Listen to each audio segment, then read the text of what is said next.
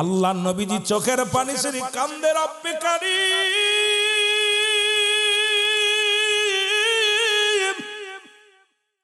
আইরে আমি নবী মক্কার মুসলমানদের নিরাপত্তা দিতে পারি নাই রে। আরে মক্কার মানুষেরা মার খায়, মদিনার মুসলমানেরা নির্যাতিত হয়। রব্বুল আলামিন, তুমি আমার উম্মতের রক্ষা করো, তুমি আমার আল্লাহ সাহাবীদের রক্ষা করো। নবীজির চোখের পানিগুলো ছেড়ে ছেড়ে কান্দে। রাসূলুল্লাহর কান্না রব্বে কারীম সইতে পারে নাই। আমার আল্লাহ ডাক দে, কয় জিবরিল যাও, তাড়াতাড়ি যাও, আমার নবীকে যা ডাক দে বলো, আর বসে থাকার সময় নাই, আর বসে থাকার সময় নাই। আমার রাসূল যেন কাফেরদের বিরুদ্ধে জিহাদ ঘোষণা করে। জোরে জোরে চিল্লায় বলা যাবে না মারহাবা। আল্লাহ নবীর কাছে জিবরিল আমিন আইয়া সালাম দা, আসসালামু আলাইকুম ইয়া রাসূলুল্লাহ, আসসালামু আলাইকুম ইয়া হাবিবাল্লাহ, নবী গো, ইয়া রাসূলুল্লাহ, ইয়া হাবিবাল্লাহ, আমি আল্লাহর তরফ থেকে আপনার কাছে আসলাম, আপনার কদমে আসলাম নবী গো। আল্লাহ হুকুম দিছে, আমার আল্লাহ তাআলা বা জানায়া দিছে গো, আপনি আর দেরি করবেন না, আপনি মক্কা মদিনার কাফেরদের বিরুদ্ধে জিহাদ ঘোষণা করেন গো নবী। এর মুসলমান শুনে নাও, শুনে নাও, আল্লাহর নবী ডাক দিয়ে বলে, জিবরিল আমিন, এই মক্কার কাফেরদের সঙ্গে আমি কেমনে মোকাবেলা করব? কারণ আমার উম্মতিরা তো সীমিত, আমার সাহাবীরা তো সীমিত, আমার কাছে কোনো অস্ত্র নাই, কোনো যানবাহন নাই, কি লয়া তাদের বিরুদ্ধে জিহাদ ঘোষণা করব? আল্লাহ পাক ঘোষণা দিছে আপনি জিহাদ ঘোষণা করবেন, আর দেরি করেন না ইয়া রাসূলুল্লাহ, ইয়া হাবিবাল্লাহ, আপনি যুদ্ধের ডাক দেন। নবীজি আমার ইলহাম দিয়ে দিল, শুনে নাও মুসলমান, শুনে নাও। আল্লাহর নবী ডাক দে বলে, মক্কা মদিনার মুসলিম ভাইরা শোনো গো, আমি তোমাদের ঘোষণা করে দিলাম, আর সময় নাই, বসে থাকার সময় নয়, তোমরা জিহাদের ডাক এসেছে, সবাই প্রস্তুতি হও, যুদ্ধের জন্য প্রস্তুতি হও। এই খবরটা যখন রাসূলের মুসলমান রাসূল যখন বলা শুরু করলো, সাহাবীদের মধ্যে ওই বালক দুটি সাহাবী, 8 বছর আর 10 বছরের দুইটা ভাইয়ের কানে আওয়াজটা যে লাগছে, দুই ভাই আওয়াজ শুনে এক দড়ি বাড়ি গেছে। বাড়ি যা দেখে মা জননী ফুপায় ফুপায় কান্দে, মা জননী কান্দে, চোখের পানি ফেলায় কান্দে। বাচ্চা দুটি যেই সালাম দা, আসসালামু আলাইকুম মা গো, আপনার চোখে কেন পানি, আপনি কেন কান্দেন গো মা? মা দুঃখিনী দুটি ভাইকে বুকের মধ্যে টান দিয়া বলে, বাবার আয় রে আমার বুকে আয়। রহমতের নবী যুদ্ধের ডাক দিছে, রহমতের নবী জিহাদের ডাক দিছে। আজকে বড় কষ্ট হয়, নবীজি বলছে যুদ্ধে বালকেরা যেতে পারবে না, যুদ্ধে কোনো নারীরা যেতে পারবে না, যুদ্ধে একমাত্র তাংরা জওয়ান গুলো যাবে যুদ্ধের ময়দানে। আজকে আমি কাঁদতেছি, আজকে তোমার বাবা যদি বেঁচে থাকতো, আমার স্বামী যদি বেঁচে থাকতো, এ দুর্গাপুরের বাবার শোন, একটু দিলের কান্ডা দিয়ে শোন, মাগুরা জেলার বাজারের একটু দিলের কান্ডা দিয়ে শোনো। বালকের মা কান্দার বলে, বাবার আয় আয় বুকে আয়। আজকে যদি আমার স্বামী বেঁচে থাকতো, ওই যুদ্ধের ময়দানে যাইতো, যুদ্ধের ময়দানে যাইয়া বাতিলের সঙ্গে জিহাদ করে শাহাদতের পেয়ালা পান করত, আর আমি কিয়ামতের ময়দানে দাঁড়ায়া বলতাম, আল্লাহ আমি শহীদের বিবি ছিলাম, আমি শহীদের বিবি ছিলাম, আজকে আমি শহীদের বিবি হতে পারলাম না। কেমন বিবি রে? আমাদের বিবিরা ধন সম্পদের চিন্তা করে রে, আমাদের বিবিরা গাড়ির চিন্তা করে, বাড়ির চিন্তা করে, আর নবীর সাহাবীদের বিবিরা জীবন দেওয়ার জন্য চিন্তা করে, জীবনটা বিলিয়ে দিছে। ও যুবক বন্ধুরা শোনো, বালকের মা দুটি কান্দার বলে, মা গো আর কান্দ না। কয়, বাবা বড় কষ্ট, আমিও যুদ্ধে যেতে পারবো না, যেহেতু নারীদেরকে নবী এলাও করবে না। বাবা তোমরা ছোট্ট মানুষ, তোমরাও যুদ্ধে যেতে পারবা না, নিজেও শহীদ হতে পারলাম না, নিজে তো শহীদ হতে পারলাম না, ও বাবা মনে বড় দুঃখ, শহীদের বিবিও হতে পারলাম না, শহীদের মা হতে পারলাম না। বুকে বড় বেদনা, বুকে বড় কষ্ট। দুটি সন্তান কান্দার কয় মা, মা চোখের পানি মুছে ফেলো গো মা। কয় বাবারে কেমনে মুছবো, আমার নবী যাবে যুদ্ধের ময়দানে, আমার নবী বাতিলের বিরুদ্ধে জিহাদ করাবে। আজকে তোমার বাবা যদি বেঁচে থাকতো, ওই যুদ্ধে 100% যদি যোগদান করত, আর যোগদান করিয়া শাহাদতের পেয়ালা পান করত, আমি রব্বে কারিমের দরবারে দাঁড়ায় দাঁড়ায় বলতাম, আল্লাহ আল্লাহ, আমি শহীদের বিবি ছিলাম, শহীদের বিবি ছিলাম, বিবি হতে পারলাম না, নিজেও শহীদ হতে পারলাম না, শহীদের বিবিও হতে পারলাম না, শহীদের মা হতে পারলাম না। বালক দুটি কান্দার বলে মা, মা গো, মা গো আর কান্দন, আমরা দুই ভাই যাব যুদ্ধের ময়দানে। ওই 8 বছরের বালক নবীর প্রেম দেখো রে, 10 বছরের বালক দুটির নবীর প্রেম দেখো রে। ডাকতে বলে মা, আমরা যাব যুদ্ধের ময়দানে, আমরা যাব যুদ্ধের ময়দানে, জীবন দিয়া দিব। তুমি হাসি মুখে রব্বে কারিমের দরবারে বলবা, আমি শহীদের মা ছিলাম, শহীদের মা ছিলাম। জোরে জোরে চিল্লায় বলো মারহাবা। বালক দুটি বলে মা, আমরা যুদ্ধের ময়দানে যাব, তুমি আল্লাহর দরবারে বলবা আমি শহীদের মা ছিলাম। মা গো আমাদেরকে বিদায় দাও। মা বলতেছে বাজান, তোমরা তো ছোট্ট মানুষ, নবীতে এলাও করবে না, তোমরা যুদ্ধে যাবে কেমনে করে, তোমাদের তো নবী নিবে না, আমি মেয়ে মানুষ, আমারও নিবে না। আমি বড় কষ্ট পাইলাম আজকে প্রথম যুদ্ধ, বদরের যুদ্ধ, অল্প আংশিক একটু কিছু কথা বলে যায় আপনাদেরকে। আর সেই যুদ্ধ হয়েছিল 17ই রমাদান, সামনে রমজান মাস। এমনি আর বলতেছি না, হাকিকত নিয়ে আলোচনাগুলো করতে যায় কথাগুলো বলতে হয়। যে যুদ্ধে মুসলমান শহীদ হয়েছিল 14 জন, আর যুদ্ধের সংখ্যা ছিল মাত্র 313 জন। কাফেরদের দুনিয়া থেকে বিদায় হয়েছিল 70 জন, 70 জন বন্দী হয়েছিল। আর ওই যুদ্ধে 1000 সৈন্য ছিল কাফেরদের, 1000 তরবারি ছিল, 1000 ঘোড়া ছিল। সেই যুদ্ধে মুসলমান বিজয় হয়েছিল। জোরে বলেন না সুবহানাল্লাহ। আজকে এলাকার মানুষ বিজয় হয়েছে, 80 ঘর মানুষ, 80 ঘর মিলে জান্নাতের বাগান সাজাইছে রব্বে কারীম। এই এলাকার মানুষ কত হাজার হাজার, এলাকার মধ্যে কত কোটি কোটি টাকার মালিক, কিন্তু তাদের অন্তরের ভিতর নবী প্রেম নাই, আল্লাহর ভালোবাসা নাই, আল্লাহর গোলামিত্ব নাই। কিন্তু 80 ঘর এই এলাকার মানুষগুলো সবাই মিলা শ্রমিক মানুষ। এত কষ্ট আল্লাহ নিজে বলেন, কাসিম হাবিবুল্লাহ দিন মজুরি মেহনতকারী আল্লাহর বন্ধু। কেউ ভ্যান চালায়, কেউ রিকশা চালায়, কেউ দিন মজুরি মাটি কাটে, মানুষের বাড়ি কাজ করে। আরে মিয়া, আল্লাহ নিজে বলে যারা দিন মজুরি, যারা মেহনত করে আমার আল্লাহর বন্ধু। এই পাগলগুলো আজকে জান্নাতের বাগানে বসেছে, এই জান্নাতের বাগান সাজাইছে। রব্বে কারীম তোমার দরবারে কবুল করে নাও। জোরে বলুন আমিন। আর একটু জোরে বলেন আমিন। আল্লাহুম্মা মাওলানা মুহাম্মাদ আল্লাহুম্মা ওয়া আলি সাইয়্যিদিনা। বালক তুই ডাকতে বলে মা, ও জনম দুঃখিনী মা, আমরা ছোট, আমার আল্লাহ তো আর ছোট না। সুবহানাল্লাহ বলে মা গো, তুমি বলছো আমরা ছোট্ট মানুষ, যুদ্ধে যেতে পারবো না, কিন্তু আমার রব্বে কারীম তার ছোট না, আমরা ছোট গো মা। বিদায় দাও, বিদায় দাও গো মা, আমরা যাব যুদ্ধের ময়দানে, যা তাজা বুকের রক্ত বিলি দিয়ে জিহাদের ময়দানে যাব গো মা, শাহাদাতের পেয়ালা পান করব। বিদায় দাও। জোরে জোরে চিল্লা বলা যাবে না মারহাবা। মা খুশি হইয়া দুইটা সন্তানের বুকের মধ্যে নিয়ে, দুইটা মুখের মধ্যে দুইটা চুমা দিয়ে বলে, যা বাবা তোদেরকে বিদায় দিলাম, যা যা, ইসলামের জন্য তোদের কুরবানি করে দিলাম।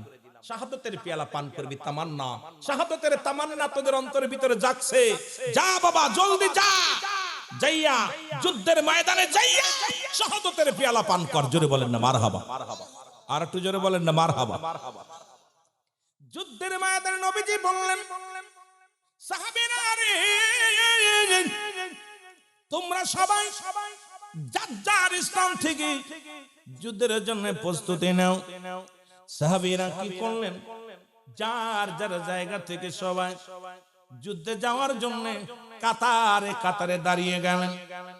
নবীজি তাকায় দেখে রে মদিনার রাস্তার উপরে দিয়ে ন্যাংরা লুলা খোড়া বোবা বালকেরা লাইন দিয়ে দাঁড়ায় আছে, সব যুদ্ধে যাবে।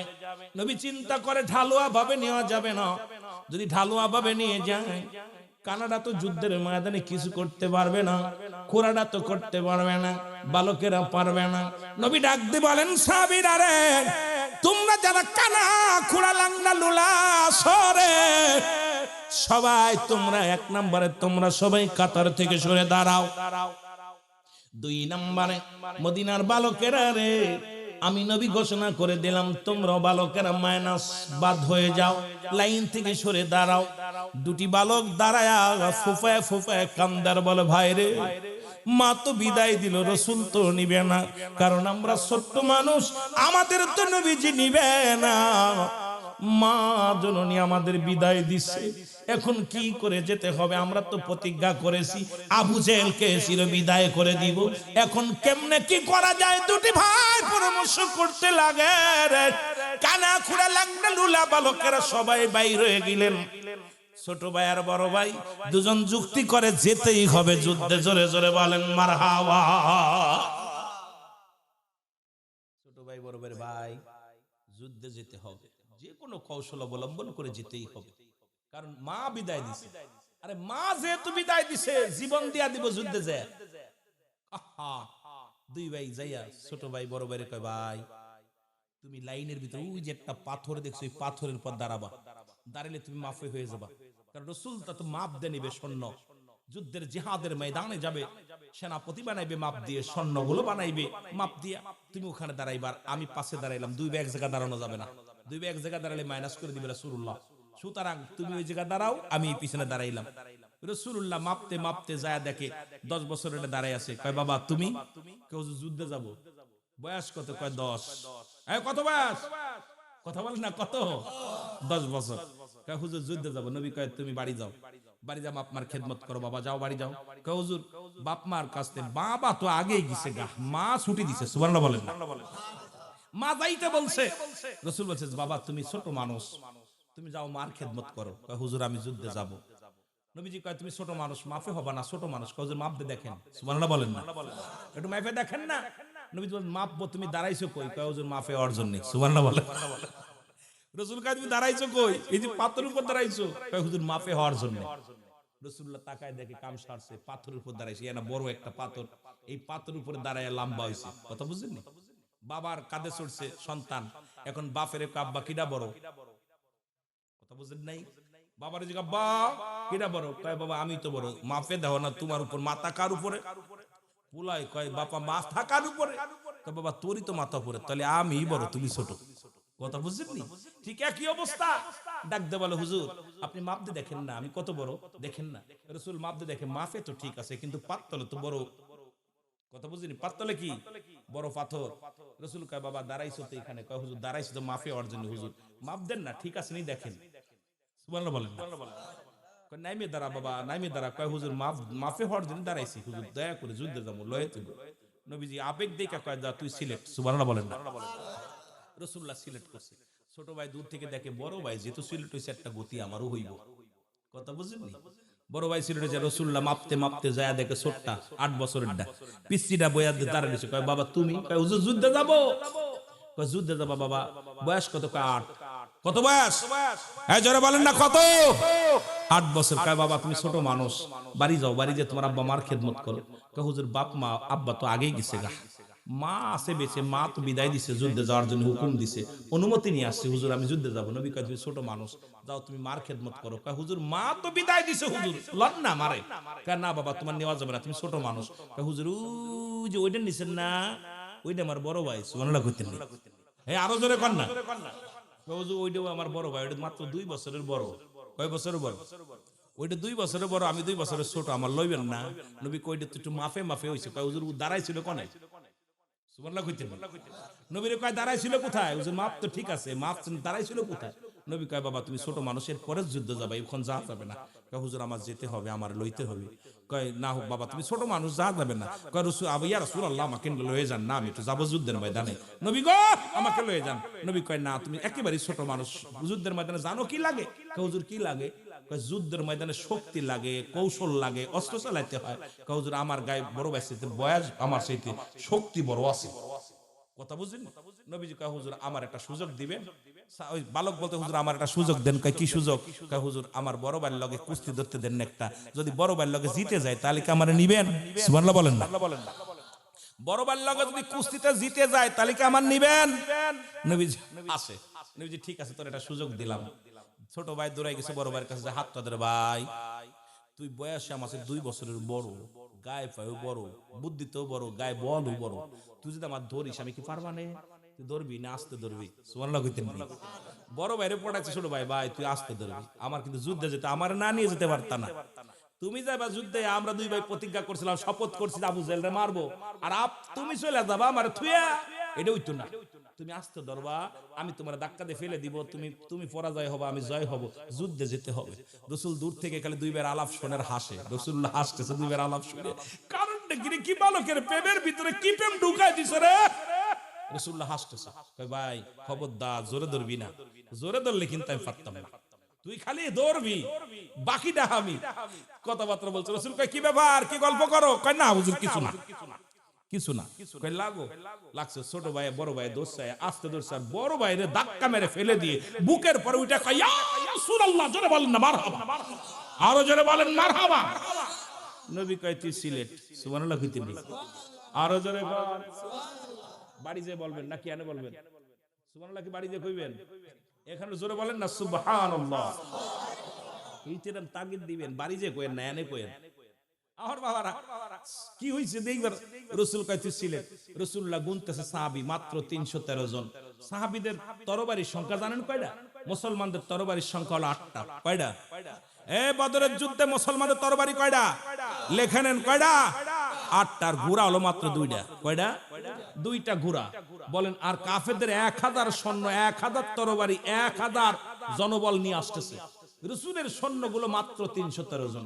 রাসূল এই পাশে গুইনা যায়, আর রাসূল কাঁদতেছে, আল্লাহ এইগুলোর তো একবারই শেষ করে দিব একা ফেলা, আমি কার কাছে দিনের দাওয়াত দিব? আল্লাহ চোখের পানি ছেড়ে কাঁদতেছে, আল্লাহ ও রব্বে করিম, আল্লাহ আজকে মাত্র 313 জন, তার ভিতর 2টা বালক, ছোট ছোট 2টা বালক, এইগুলো নিয়ে আমি যুদ্ধের ময়দানে কেমনে যাব? এদের তো তরবারি নাই, যুদ্ধের সরঞ্জানি নাই, কিছু নাই, আমি কি নিয়ে লাগবো? কাঁদতেছে আমার নবীজি, চোখের পানি ছেড়ে ছেড়ে কাঁদতেছে। জিবরিল আমিন সালাম দেয়, আসসালামু আলাইকুম হুজুর। ওয়া আলাইকুম আসসালাম। কয় জিবরিল আমিন ডাকতেছে, হুজুর হুজুর। জিবরিল আর নবী কয় কি রে জিবরিল, কি খবর, এখন কই নিয়ে আইছো? কয় হুজুর ওহি নিয়ে আসি নাই, আপনার লগে কিছু জরুরি আলাপ ছিল। কি আলাপ? আলাপ গুলো হুজুর আপনি কাঁদতেছেন কেন? কয় কাঁদতেছে জিবরিল আমিন, দেখছো আমাদের অস্ত্রের সংখ্যা হলো মাত্র 8টা, আমাদের জনগণ হলো মাত্র 313 জন। কয়জন? জোরে বলেন না কয়শ? 313 জন। ঘোড়ার সংখ্যা হলো মাত্র 2টা, তরবারি হলো 8টা, লোকের সংখ্যা 313 জন। এই নিয়ে 1000-এর লগে কেমনে মোকাবেলা করব? তারপরে রাসূল ডাক দিছে সাহাবীদেরকে, সাহাবী তুমি কি? কয় হুজুর আমি রোজা। মারহাবা বলেন না। রাসূল ডাকতে বলেন তুমি কি? কয় হুজুর রোজা। সেহরি কি করেছো? বলে হুজুর একটা খুরমা খেয়েছি। তুমি কি? বলে হুজুর রোজা। কি খেয়েছো শেষ বেলা? কয় হুজুর আমি খেয়েছি একটা খেজুর খেয়েছি। বলে তুমি কি রোজা? বলে একটু পানি খেয়ে রোজা আছি। বলে ইয়া রাসূলুল্লাহ তুমি কি? বলে হুজুর আমি রোজা আছি, খাবার সময় পাই নাই, শুধু নিয়ত করেছি। তুমি কি আছো? নিয়ত করেছি। সাহাবীদের ভিতর অধিকাংশই রোজা, সবাই তো রোজা আছে। নবীজি চোখের পানি ছেড়ে কান্দার বলে আল্লাহ এই রোজা রাখা অবস্থায় আমার সাহাবীরা কেমনে যুদ্ধ করবে বাতিলের বিরুদ্ধে? আল্লাহ তুমি সারা আজকে সহায়, তুমি সহায় আমি দুর্বল, তুমি সবল আমি দুর্বল, তুমি সহায় আমি অসহায়, আল্লাহ তুমি সারা আজকে আমার সহায় কেউ নাই। চোখের পানি ছেড়ে রব্বে কারিমের দরবারে কান্না শুরু করে দিলেন। জিবরিল আমিন ডাকতে কয় নবী গো, ও নবী চোখের পানি মুছে ফেলেন, আপনি তাকায়া দেখেন আপনি 313 জন নিয়ে দাঁড়ায় আছেন, আমি 3000 সৈন্য নিয়ে আপনার কদমের মধ্যে হাজির হয়ে গেছি। ইয়া রাসূলুল্লাহ তাকায় দেখেন, ডান পাশে তাকান। নবী তাকায় দেখে 3000 ফেরেশতা। কয় হাজার? কয় হুজুরে 3000 ফেরেশতার কমান্ডার আমি, এই 3000 নিয়ে যুদ্ধে লাগবো, আপনি হলো ওই 313 জনের কমান্ডার, আমি হলাম 3000-এর কমান্ডার, আর 5000 আল্লাহ গোডাউনি ঠিক করে রাখছে, আপনি যদি খালি বলেন আসতে আসবে, আসতে বলবো। নবী তাকায় দেখে আইরে ফেরেশতারা জমিনের ভিতর নামছে, 3000 নামছে, আর 5000 গোডাউনি রেখে সেট করে রেখে দিয়েছে।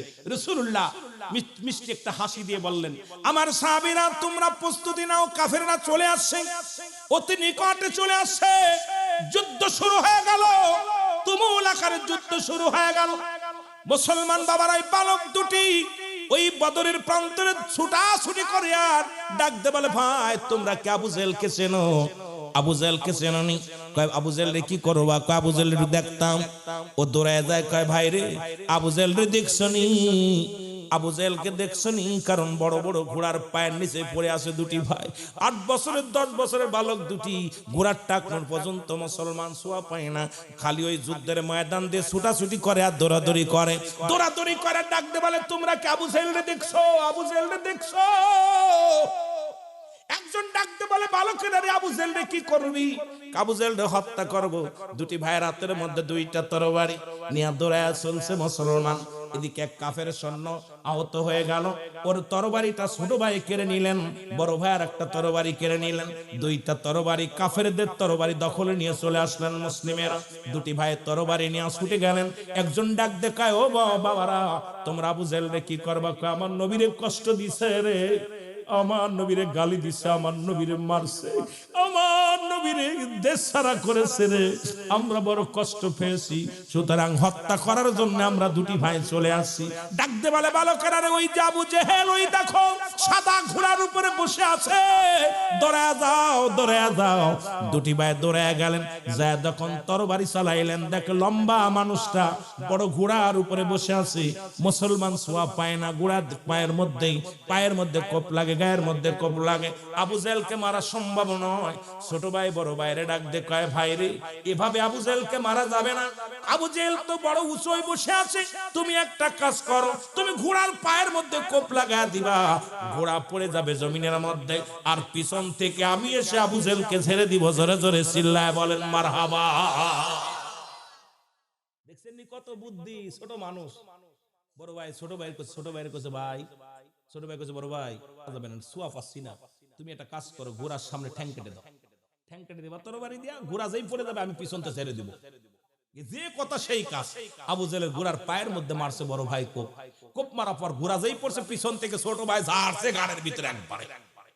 যখনই একটু কোপ লাগা দিছে, পিছন থেকে মুসলমান ইকরামা, আবু জেহেলের ছেলে ইকরামা দূর থেকে ছুটে আসলেন, আসিয়া ছোট ভাইয়ের হাতের মধ্যে একটু কোপ লাগায় দিলেন। ছোট ভাইয়ের দেহটার ভিতরে থেকে হাতটা মুসলমান সামান্য একটু চামড়ার মধ্যে ঝুলে রইলেন। ভাই কি করলেন? ছোট ভাই ওই বাম হাত ডান হাতের তরবারিটা বাম হাতের মধ্যে নিয়ে আবু জেহেল উরুতের মধ্যে কোপ শুরু করে দিলেন, আর ইয়া রাসূলুল্লাহ বলে চিৎকার মারতে লাগলেন। ডান হাতটা ডিস্টার্ব করতে লাগলেন, ডান হাতটা ঝুলে আছে, সম্পূর্ণ কেটে গেছে, সামান্য একটু বাদ আছে, হাতটা বিরক্ত করতেছে, পায়ের নিচে ফেলে, নিজের হাতটা পায়ের নিচে ফেলে এক টান্ডা ফেলে দিয়ে বলি, ইয়া রাসূলুল্লাহ, ইয়া হাবিবাল্লাহ, আমি গোলাম আমার হাতটারে কুরবানি করে দিলাম তোমার ভালোবাসায়, তোমার হাবিবের ভালোবাসায়। ডান হাতের বাম হাতের মধ্যে নিলেন, বাম হাতটা কেটে ফেলে দিলেন। এইবার মুসলমান বড় ভাইকে হত্যা করলেন, ছোট ভাইকে হত্যা করলেন। এই মুসলমান আবু জেহেলের ছেলে ইকরামা আসিয়া দুই ভাইকে দুনিয়া থেকে বিদায় করে দিলেন। এবার নবীজি সাহাবীদের লাশগুলো আনতে বললেন, কুড়িয়ে কুড়িয়ে আনা হলো, 14 জনের শহীদের লাশ আনা হলো। নবীজির সামনে যখন আনা হলো, ওই বালক দুটির দেহ মুবারক রাসূলুল্লাহর সামনে আনা হলো। আমার মুসলমান ওই বদরের যুদ্ধে মুসলিমের বিজয় হলো। 14ই রমাদান, 17ই রমাদান যুদ্ধ হলো, মুসলমানদের প্রথম যুদ্ধ। এই যুদ্ধে মুসলমানদের বিজয় হয়ে গেল, মুসলমানদের জয় লাভ করলো। কিন্তু নবীজির প্রিয় সাহাবীদের মধ্যে 14 জন সাহাবী শাহাদাতের পেয়ালা পান করলো। নবীজি লাশগুলো আনতে বললেন। যখন লাশগুলো আনা হলো, রাসূলুল্লাহ ওই বালক দুটির লাশ দেখে নবী কান্না ধরে রাখতে পারে নাই, ডাকতে বলে, রব্বি কারীম, ও রব্বি কারীম, তাকা দেখো এই দুটির সন্তান দুটি বালকেরা রে আমি নবীকে কত মায়া করতে ভালোবাসত, আজকে জীবন দিয়ে প্রমাণ করে দিয়ে গেছে এই পৃথিবীর মধ্যে জানের চাইতে নবী প্রিয়। জোরে জোরে বলেন না মারহাবা। জিবরিল আমিন এসে বলে ইয়া রাসূলুল্লাহ ইয়া হাবিবাল্লাহ আপনি চোখের পানি মুছে ফেলেন, কারণ অসংখ্য জান্নাতি ফেরেশতারা অপেক্ষা আছে বালক দুটির জান্নাতে নেওয়ার জন্য, কারণ ওই জান্নাতের দরজাগুলো সুন্দরভাবে খুলে রাখছে, সুসজ্জিত করা হয়েছে, ফুল দিয়ে সাজানো হয়েছে। জান্নাতি ফেরেশতারা স্বাগতম জানানোর জন্য অপেক্ষা আছে। ইয়া রাসূলুল্লাহ ইয়া হাবিবাল্লাহ এই বালক দুটো বড় ভাগ্যবান, এই বালকের মায়ের দোয়া, এমন একটা মায়ের সন্তান, এমন একটা বাবার সন্তান, এমন দুইজন বালক এই পৃথিবীর ইতিহাসে আমার মুসলমান বাবারা আমার এই 8 বছরে এই নবীর প্রেমে শাহাদাতের পেয়ালা পান করলো, আর 10 বছরে এই নবীর প্রেমে শাহাদাতের পেয়ালা পান করলো। ইতিহাস সাক্ষী রায় নবীজি বলেন সাহাবীরা রে আমি দেখতেছি বালক দুটির জন্য জান্নাতের অলিগলির মধ্যে সুসজ্জিত করা হয়েছে, সাজানো হয়েছে। জান্নাতি ফেরেশতারা হালান সাহালান জানাইয়া স্বাগতম জানায়া তাদেরকে বরণ করার জন্য অপেক্ষা আছে। সাহাবীরা শোনো এমন ভাগ্য কজনের হয়, এমন ভাগ্য কজনের হয় এই বালক দুটি আমি নবীর প্রেমের অবদান রাখছে, আমি নবীর প্রেমের ভালোবাসা রাখছে। তোমরা তাকায় দেখো বালক দুটির মুখের দিকে, তাকায় দেখো, জোরে জোরে চিল্লায় বলা যাবে না মারহাবা। রাসূলুল্লাহর ভালোবাসা, ইসলামের ভালোবাসা কাকে বলে? এই বদরের যুদ্ধে মুসলমান জিতলেন আর এই কাফেররা পরাজয় হলো, এদের আরো ষড়যন্ত্র বেড়ে গেল, এত পরিমাণ ষড়যন্ত্র বেড়ে গেল। শুধু এত গেল বালক, এইবার যুবকদের মধ্যে যেটা বলতেছিলাম এই কথাটা বলে আমি অন্যদিকে যাবো আলোচনায়। যে যুদ্ধ পৃথিবীর ইতিহাসে সবচেয়ে বড় ভয়ঙ্কর যুদ্ধ, যেটা হলো মুসলমান উহুদের যুদ্ধ, যেখানে রাসূল পাক সাল্লাল্লাহু আলাইহি ওয়াসাল্লাম ডাক দিলেন, যে যুদ্ধে নবীর 70 জন সাহাবী শাহাদাতের পেয়ালা পান করেছেন। যারা মক্কা মদিনায় গেছেন এখনো উহুদের ময়দানে 70 জন সাহাবীর লাশ, 70 জন সাহাবীর লাশ উহুদের ময়দানে তাদের লাশগুলো দাফন করা আছে। 70 জন সাহাবীর মাজার সেখানে আছে, 70 জন সাহাবীদের রওজা সেখানে আছে। যদি কোনো ভাই হাজিরা ভাইরা মদিনায় যান, মদিনায় যে দেখে আসবেন আমার রাসূলের প্রিয় সাহাবী এই 70 জন উহুদের যুদ্ধে যারা শাহাদাতের পেয়ালা পান করেছিল, ওই যুদ্ধের যারা শাহাদাতের পেয়ালা পান করেছিল ওই উহুদ প্রান্তর ময়দানে তাদের লাশ মোবারক মুসলমান ওখানেই জানাজা পড়ে দাফন করে রাখা হয়েছে। জোরে জোরে বলেন না মারহাবা। রাসূল পাক সাল্লাল্লাহু আলাইহি সাল্লাম বলেন সাহাবীরা রে উহুদের যুদ্ধে যেতে হবে, একটু মহব্বতের সঙ্গে দুরূদ শরীফ পড়ুন। আল্লাহুম্মা সাল্লি আলা সাইয়্যিদিনা, একটু মহব্বতে বলেন আল্লাহুম্মা সাল্লি আলা সাইয়্যিদিনা নবিয়ানা শাফিয়ানা মাওলানা মুহাম্মদ। আল্লাহুম্মা সাল্লি আলা নবিয়ানা শাফিয়ানা নবিয়ানা শাফিয়ানা। উড়ে যাও রে রাতের হাওয়া, যাও রে উড়ে মদিনায়, উড়ে যাও রে রাতের হাওয়া, যাও রে উড়ে মদিনায়।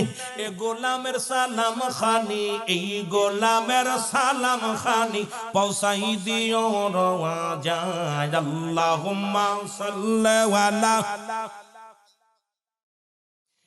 নবিয়ানা শাফিয়ানা নবিয়ানা শাফিয়ানা মাওলানা মুহাম্মদ। আল্লাহুম্মা সাল্লু আলাইহি ওয়া সাল্লিমু তাসলিমা, সাল্লু আলাইহি ওয়া সাল্লিমু তাসলিমা। পাক কালামের ঘোষণা, সাল্লু আলাইহি ওয়া সাল্লিমু তাসলিমা। পাক কালামের ঘোষণা, নবীর উপর পড়েন দুরূদ, নবীর উপর পড়েন দুরূদ, আল্লাহ পাকের ঘোষণা। আল্লাহুম্মা সাল্লি আলা, কোন দুরূদই পড়তে পারে না, কেমনে হলো বলো? আল্লাহুম্মা সাল্লি আলা সাইয়্যিদিনা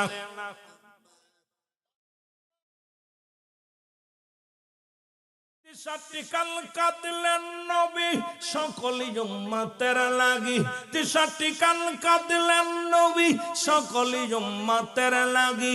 এখনো কাঁদেন নবী, এখনো কাঁদেন নবী শুইয়া সোনার মদিনায়। আল্লাহুম্মা নবীনা শফিয়ানা নবীনা শফিয়ানা মাওলানা মুহাম্মদ। আল্লাহুম্মা সাল্লি আলা সাইয়্যিদিনা নবীনা শফিয়ানা নবীনা শফিয়ানা। আকাশ কান্দে বাতাস কান্দে কান্দে বিবি ফাতিমা, আকাশ কান্দে বাতাস কান্দে কান্দে বিবি ফাতিমা।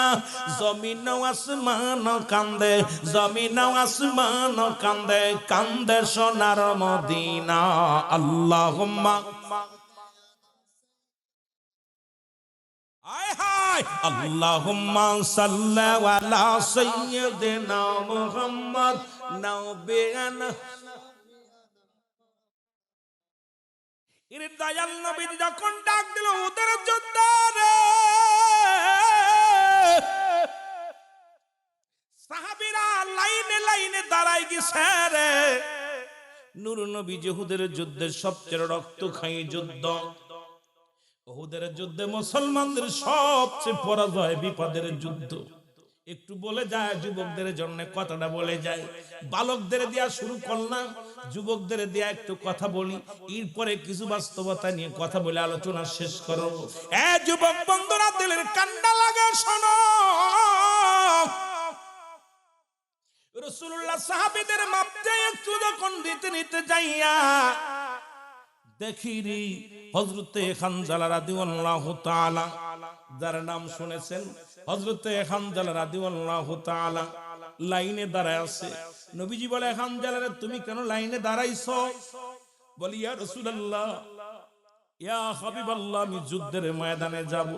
আমার নবী বলে, হানজালা রে সবে মাত্র গতকাল আমি তোমারে বিবাহ পড়াইলাম, নিজে থেকে তোমার বিবাহ পড়াইলাম রে হানজালা। তো হানজালা, তোমার যুদ্ধে যাওয়া লাগবে না, তোমার বিবির উপরে একটা হক আছে, সেই হকটা আদায় করো। এ হানজালা শুনে নাও, আজকে তোমার ফুল সজ্জার রাত, আজকে তোমাদের দুজনের মিলনের রাত, আজকে তোমাদের হানজালা, আজকে তোমাদের মধু পূর্ণিমার রাত। সুতরাং তোমার বিবির একটা হক আছে রে হানজালা, তোমার যুদ্ধে যাওয়া লাগবে না, তোমাকে আমি রেখে গেলাম। নবীজিকে ডাক দে হানজালা বলে, ইয়া রাসূলুল্লাহ, ইয়া হাবিবাল্লাহ, আমি যুদ্ধে যাব। নবীজি বললেন, না না, তোমার যাওয়া লাগবে না। নবীজি রেখে চলে গেলেন। যুদ্ধ শুরু হয়ে গেল, ওদের যুদ্ধ শুরু হয়ে গেল। অনেকগুলো সাহাবী ইন্তেকাল করলেন। নবীজির মাথার উপরে পাথর, মুসলমান একটা পাথর এসে লাগলো, রাসূলুল্লাহর মাথা ফেটে রক্ত জমিনের মধ্যে পড়লো। রাসূলুল্লাহ এই জমিনের মধ্যে বড় বেহুশ হয়ে জমিনের মধ্যে পড়ে গেল। এই দৃশ্য দেখিয়ে কিছু কিছু সাহাবীরা কয়, নবীজি নাই, নবী নাই, নবী নাই। তৎকালীন জামানার মধ্যে কোনো মাইক ছিল না, এই টিনের সং এই রকম বানায়া কে যেন বলতেছ, ও শহরবাসী, নগরবাসী, ঘুমায়ো না, ঘুমায়ো না, নবী নাই, নবী নাই, নবী নাই। আমার বাবারা, আমার আগেই বললাম, কে যেন ডাক দে বলে, ও শহরবাসী রে, নগরবাসীরা রে, তোমরা ঘুমায় আসো, আমার নবী নাই, আমার নবী নাই, নবী নাই। হযরত হানজালা রাদিয়াল্লাহু তাআলার কানে আওয়াজটা যখন শুনতে পাইলেন, হযরত হানজালা রাদিয়াল্লাহু তাআলা লাফ দিয়ে ঘুম থেকে উঠে গেলেন। মুসলমান ঘুমানো ছিল, তরবারি লটকানো ছিল, মুসলমান ওয়ালের মধ্যে তরবারিটা টান দিয়ে বাইর করে রওনা দিয়ে দিছে। পিছন থেকে বিবি পিছন থেকে জামাটা টান দিয়ে ধরে বলে, স্বামী রে, আপনি কই যান? কয়, তুমি কি শোনো নাই রে বিবি, আমার নবী নাই, আমার নবী নাই। আরে আমি হানজালা কি নিয়ে বাঁচবো, আমি হানজালা কি নিয়ে সান্ত্বনা দিব, আমার নবী দুনিয়ার মধ্যে নেই, আমার নবী যে দুনিয়ার মধ্যে নেই। বিবি ডাক দিয়ে বলে, স্বামী রে, আপনি কি ভুলে গেছেন আপনার উপরে গোসল ফরজ হয়ে গেছে? কারণ এই মাত্র আমাদের মিলন হলো। ইয়া আমার স্বামী, আপনি জানেন না যারা যুদ্ধের ময়দানে যে শাহাদাতের পেয়ালা পান করে শহীদের কোনো গোসল করানো হয় না, সুতরাং আপনার উপরে গোসল ফরজ হয়ে গেছে। আমার স্বামী দয়া করে একটু দাঁড়ান, আমি কূপ থেকে পাশের কূপ থেকে পানি এনে দিই, এই পানি দিয়ে আপনি গোসল করে তারপরে যুদ্ধের ময়দানে যাবেন। না জানি আপনি যুদ্ধের ময়দানে যাইয়া নবীর প্রেমে জীবনটা দিয়ে দিবে, আপনার উপরে তো গোসল ফরজ হয়ে গেছে রে স্বামী, আমি কেমনে আপনারে ছাড়ি? বিবির কথা শুনে ডাক দে, হানজালার বিবি ডাক দে, বলে বিবি রে, আরে আমার নবী যদি না থাকে কিসের গোসল? আরে নবী যদি না থাকে রে বিবি কিসের ফরজ গোসল? তুমি আমারে বাধা দিও না, তুমি কি শুনতে পাও নাই? নবী নাই, নবী নাই, নবী নাই, আমি সইতে পারি না, আমি দুঃখ কষ্ট সইতে পারি না রে বিবি, তুমি আমারে বাধা দিও না। বলে রওনা হয়ে গেলেন, যুদ্ধের ময়দানে চলে গেলেন। অনেকগুলো বাতিলের সঙ্গে জিহাদ করে হযরত হানজালা রাদিয়াল্লাহু তাআলা উনিও শাহাদাতের পেয়ালা পান করলেন, দুনিয়া থেকে বিদায় হয়ে গেলেন। আমার ভাইরা, আমার বন্ধুরা, আমার হযরত হানজালা রাদিয়াল্লাহু তাআলা শাহাদাতের পেয়ালা পান করলেন। ওদিক ওই যুদ্ধে এত বড় ভয়ঙ্কর যুদ্ধ লিখে নিবেন বাবারা, শুনে নিবেন ভালো করে। রাসূলের চাচা আমিরে হামজা ওই যুদ্ধে নিহত হয়েছিলেন। এমন ভাবে রাসূলের চাচা আমিরে হামজাকে হত্যা করেছিলেন ওহাসি নামে এক মুসলমান একজন ব্যক্তি। উনি সর্বশেষে কালেমার মালা পড়ে মুসলমান হয়েছিলেন। যখন ওহাসি রাসূলের সামনে আসতেন, নবীজি বলতো, ওহাসি রে, তুমি আমার সামনে আসবা না, কারণ আমার আমির হামজা আমার চাচা, ওই চাচার দেহখানা দেখে আমি নবী সইতে পারি না, না জানি আমি ক্ষিপ্ত হয়ে তোমাকে আক্রমণ করি, তুমি আমার সামনে আসবা না। যতদিন ওহাসি নবীজির যত জীবন দশায় নবীজির সামনে ওহাসি আসতেন না। এই মুসলমান আমির হামজাকে কেমনে হত্যা করেছিল?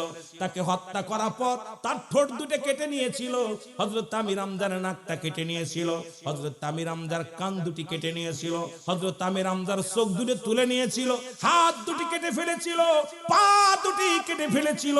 হযরতে আমির হামজার শুধু সবচেয়ে পৃথিবীর ইতিহাসে জঘন্যতম কাজ হয়েছিল, সেটা আবু লাহাবের বিবি, আবু লাহাবের বিবির নাম হলো হিন্দা।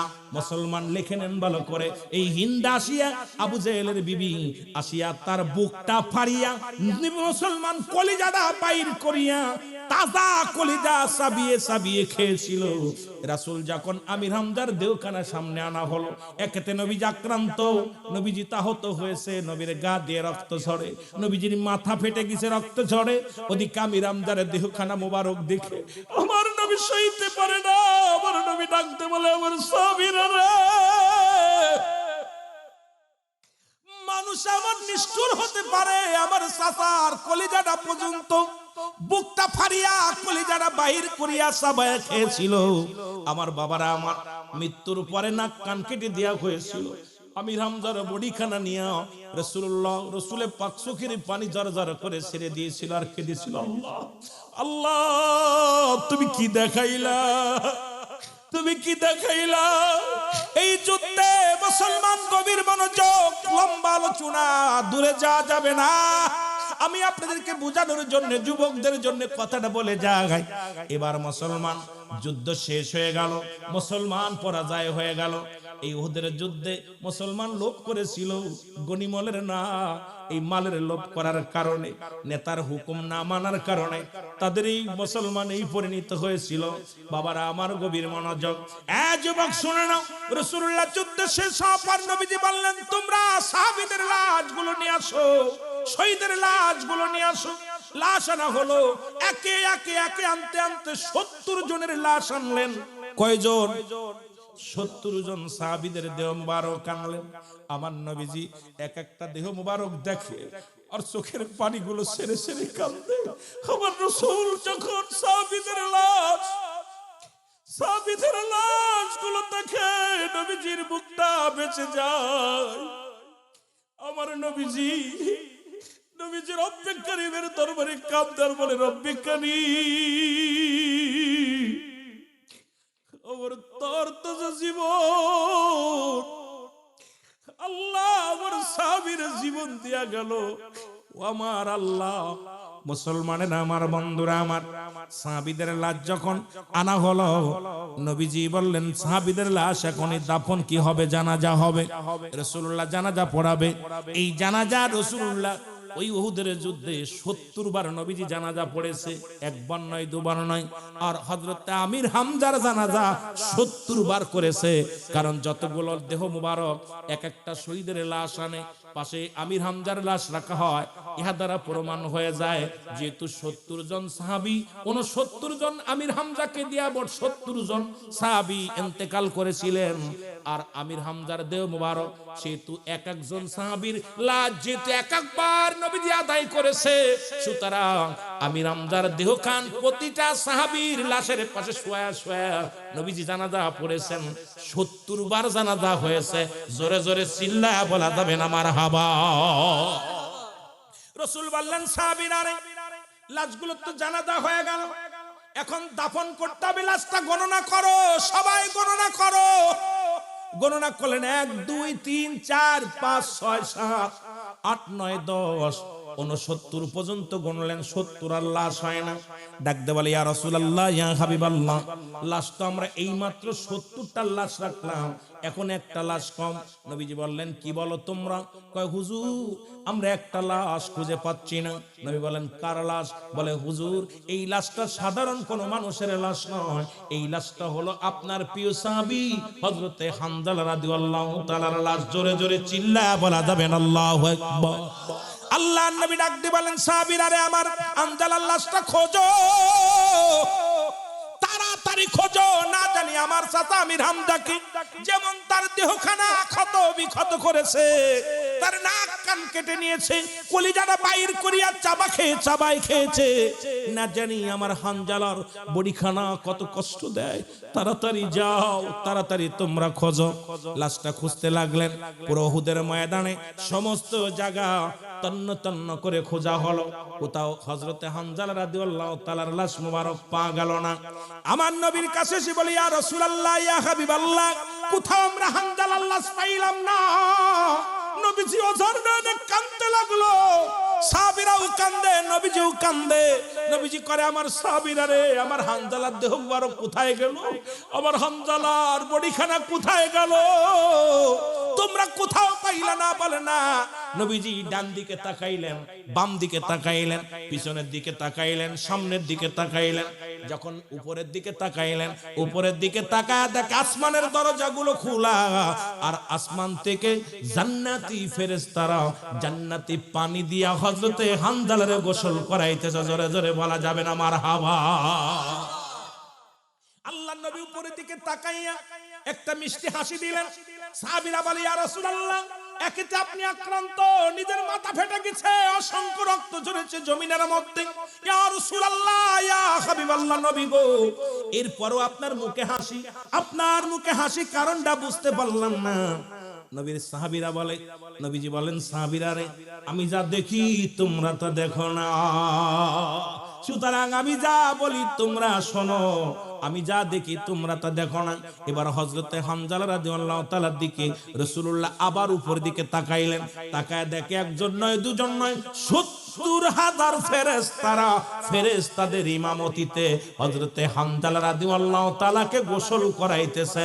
যে মুসলমান তাদের জানাজার নামাজ পড়াইতেছে। জোরে বলা যাবে না সুবহানাল্লাহ। ফেরেশতারা ইমাম হইয়া কোনো মানুষ না, ইমাম না, ইমামু ফেরেশতা, মুসাল্লিও ফেরেশতা। শুধু লাশখানা হামজা রাদিয়াল্লাহু তাআলার দেহ মুবারক সামনে নিয়ে যখন জানাজায় দাঁড়ায় গেছে, দেখে 70,000 আসমানি ফেরেশতারা জানাজা পড়তেছেন। আমার নবীজি এবার তাকায়া একটা মৃদু হাসি, তো আগের বার মৃদু হাসি দিছে, এবার একটা আটকে হাসি দিছে। রাসূলুল্লাহ 3 ভাবে হাসতেন, একটা হলো মৃদু হাসি, আরেকটা হলো আটকে হাসি, আরেকটা হলো কাকা হাসি। রাসূল এমন হাসি দিতেন না যা আলাজিবে দেখা যেতেন না। নবীজি সবসময় মৃদু হাসতেন, ঠোঁটের কোণাটা সবসময় হাসা। হাদিস শরীফের মধ্যে হাসির অধ্যায়টা পড়ে নেবেন। কিন্তু আমরা এমন হাসি দিই গলার আলাজিবে পর্যন্ত আমাদের দেখা যায়। রাসূল বলছে আলাজিবে মুসলমান হাসি হলো মৃদু হাসিটা সুন্নাত। মিষ্টি যখন হাসি দিবেন, মুমিনের অন্তরের ভিতরে যখন শান্তি থাকবে, মুমিন যখন হাসি দিবে এমন ভাবে হাসি দিবে তার মুখের লাবণ্য, তার মুখের ওই হাসিটা দেখে অন্য মুমিন তৃপ্তি পাবে, শান্তি পাবে। এই মুখের হাসিটা হবে মৃদু হাসি, মুখটা মলিন রাখা যাবে না। মুখের ভিতরে এত মৃত্যু মিষ্ট হাসি দিবেন যে হাসিটা দেখে আপনার অন্য ভাই যেন সুখে খুশি হয়, মনে করে ও যেন সুখে আছে, ও যেন কষ্টে নাই। জোরে জোরে চিল্লায় বলা যাবে না মারহাবা। হাসির ভিতরে মৃদু হাসি, আটকে হাসি আর কাহা কাহা হাসি, এই তিনটা হাসি আমরা ক্লাস 10-এ পড়েছি। এই হাসির অধ্যায় যেটা পড়েছি ক্লাস 10-এ, আমার বাবারা হাদিস শরীফের মধ্যে পড়েছি। এখন তো হাসি আইরে কত হাসি, হাসতে নাকি জানে না কেউ, কে বলেছে ভাই, ঠিক কি না? একটা কবিতায় আসছে, পড়ছি ছোটরা পড়ছে, আমি তো ছোটবেলা পড়ছি, সব মনে নাই। মুসলিম ভাই যখন পড়াইতে ছোটবেলা তখন তার এত বেরেনে ধরে নাই। তবে একটা কবিতা আমার মনে আছে, আমার ভাইয়ের কাছ থেকে শিখছিলাম সেই কবিতাটা। এখন আল্লাহ তুমি রিজিক দাতা, নাম তাই রজাক, সব প্রাণীকে দাও গুরুজি, দাও তাই খরাক। তোমার তরিফ তোমার গানে জেগে ওঠে বরবিয়ানে, বিলে ছিলে মাঠে রুজি, পাই যে পাখির ঝাঁক। মৌমাছিরা গুনগুনিয়ে যাই যে কাজে, গান শুনিয়ে পিঁপড়ারা পায় খুঁজে হার, কঠিন শ্রমে ময়দানে আর। এই কবিতাটা আমার বালা মনে আছে। তবে ওই যে হাসতে নাকি জানি না কেউ, কে বলেছে ভাই, এই শুনো না কত হাসির খবর বলে যায়, ঠিক কি না? খোকন হাসে ফকলা দাঁতে, সাদ আসে তার সাথে সাথে। তারপরে কি ও কবিতার দরকার নেই, আর যেহেতু পারি না দরকার নেই, কথা বুঝলেন? হাসা হাসির দরকার নেই। কিন্তু এখন তো কবিতায় হাট্টিমা টিম টিম, তারা মাঠে পারে ডিম, তাদের খাড়া দুটো শিং, তারা হাট্টিমা টিম টিম। সব পড়ার মধ্যে সব বদলে গেছে। আগে আমরা যে ছোট্টবেলা যেগুলো পড়ছি সেগুলোও নাই, এখন ডিজিটাল আস্তে আস্তে সব শেষ। জোরে বলেন ঠিক কিনা? আমার ভাইরা, আমার বন্ধুরা, আমার রাসূলের পাক যখন হাসি দিলেন, সাহাবীরা বলে ইয়া রাসূলুল্লাহ, ইয়া হাবিবাল্লাহ, নবী গো, একেতে আপনার চাচাকে হারা বেদনা, অন্তর কাঁদে নবী গো। দুই, আপনার মাথা ফেটে গেছে, রক্ত জমিনের মধ্যে পড়ে। তিন, আপনার সাহাবীরা এই শাহাদাতের পেয়ালা পান করেছে। এত দুঃখের মধ্যে আপনার মুখে হাসি, কারণটা কি নবী? নবীজি এইবার আরো মৃদু হাসলেন। নবীজি বলে, সাহাবীরা রে, আমি যা দেখি তোমরা তা দেখো না, আমি যা বলি তোমরা তাই শোনো। এইবার তোমরা লাশগুলো গণো, সুবহানাল্লাহ বলেন না। এবার তোমরা লাশগুলো গণো। লাশগুলো গুনতে লাগলেন, 1 2 3 4 5 6 7 8 9 10। গুনতে গুনতে 59 60 69 70। সুবহানাল্লাহ বলেন। সাহাবীরা বলে, ইয়া রাসূলুল্লাহ, লাশ এবার 70 জনের পাইলাম। একটু আগে তোমরা বললে 69, এখন পাইলাম। কারণ হুজুর আমির হামজার পাশে হযরতে হানজালা রাদিয়াল্লাহু তাআলার বডিখানা ঠিক যেখানে রাখছিলাম সেখানেই পাইলাম। জোরে বলা যাবে না মারহাবা। হুজুর একটু আগে আমির হামজার পাশেই লাশটা রাখছিলাম হানজালার, কিন্তু হানজালার বডিখানা পাই নাই। কিন্তু এখন তো সেই জায়গায় রয়েছে, কে বা কারা থুয়ে গেল? নবীজি পাইছি। আমার নবী বললেন, তাড়াতাড়ি তোমরা দাফনের জন্য প্রস্তুতি হও, সাহাবীদের দাফন দেয়া হবে।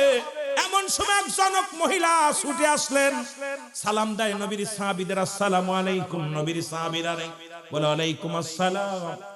বলে, জনক মহিলা রে, তুমি কে? বলে, ও নবীর সাহাবীরা রে, আমার একটু নবীর কদমে নিয়ে যাও, আমার নবীর সঙ্গে কিছু পার্সোনাল আলাপ আছে। সাহাবীরা বলে, মহিলা রে, আমার নবীজির মাথা ফেটে গেছে, রক্ত পড়েছে জমিনের মধ্যে। চাচা আমির হামজাকে হারায়া এরপরে 70 জন সাহাবীর লাশ জানাজা পড়েছে। আমার নবী বড় কষ্টের মধ্যে আছে, এখন তুমি যা বলবো আমাদের কাছে বলো, আমি যা নবীর কাছে পৌঁছায় দিব। হানজালার বিবি ডাক দিয়ে কয়, শোনো, আমি তোমাদের কাছে বলতে পারবো না, একান্তই আমার পার্সোনাল একান্ত গোপন কথা আমার নবীর কাছে বলবো। তোমরা যে বলো হানজালার বিবি আসছে, আমি রাসূলুল্লাহর সঙ্গে কথা বলতে চাই। রাসূলের কাছে গেলেন সাহাবীরা, বলে, ইয়া রাসূলুল্লাহ, ইয়া হাবিবাল্লাহ, হানজালার বিবি আপনার সঙ্গে কথা বলতে চায়। আল্লাহর নবী বলেন, আসতে বলো। নবীজি কি করলেন? নবীজি বললেন, সাহাবীরা রে, আমাকে ওই পাথরটার উপরে বসাও। নবীজিকে পাথরের উপরে বসাইলেন। সাহাবীরা রে, তোমরা চাদরটা নিয়ে দাও, পর্দার বিধান শুনে নেন।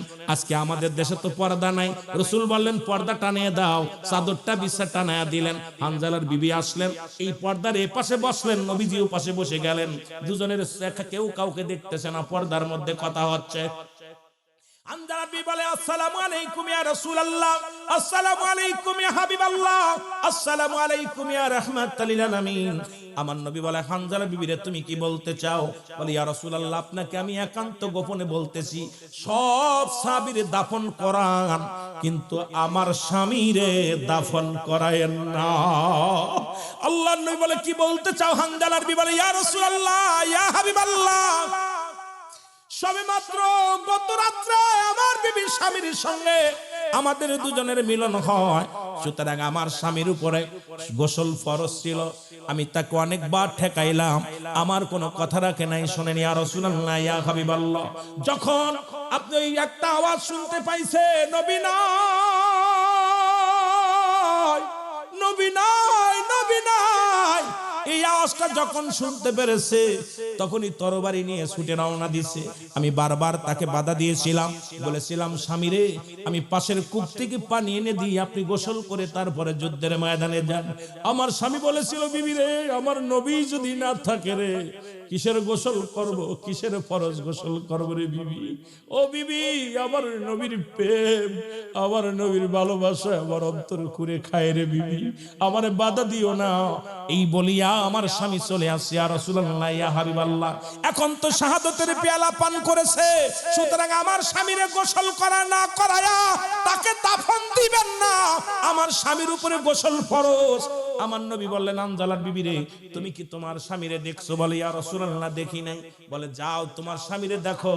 এবার হানজালার বিবি চলে গেলেন স্বামীর কাছে, যা যখন মুখটা খুললেন, মুখটি খুলিয়া যখন স্বামীর মুখটা যখন বিবি দেখলেন, দেখে রে হযরতে হানজালা রাদিয়াল্লাহু তাআলা মাথার চুলগুলো বেবে পুরো কাফনের কাপড়গুলো ভিজে গেছে, আর এখনো পর্যন্ত মাথার চুল বেয়ে টপ টপ করে পানি পড়ে। জোরে বলেন না সুবহানাল্লাহ।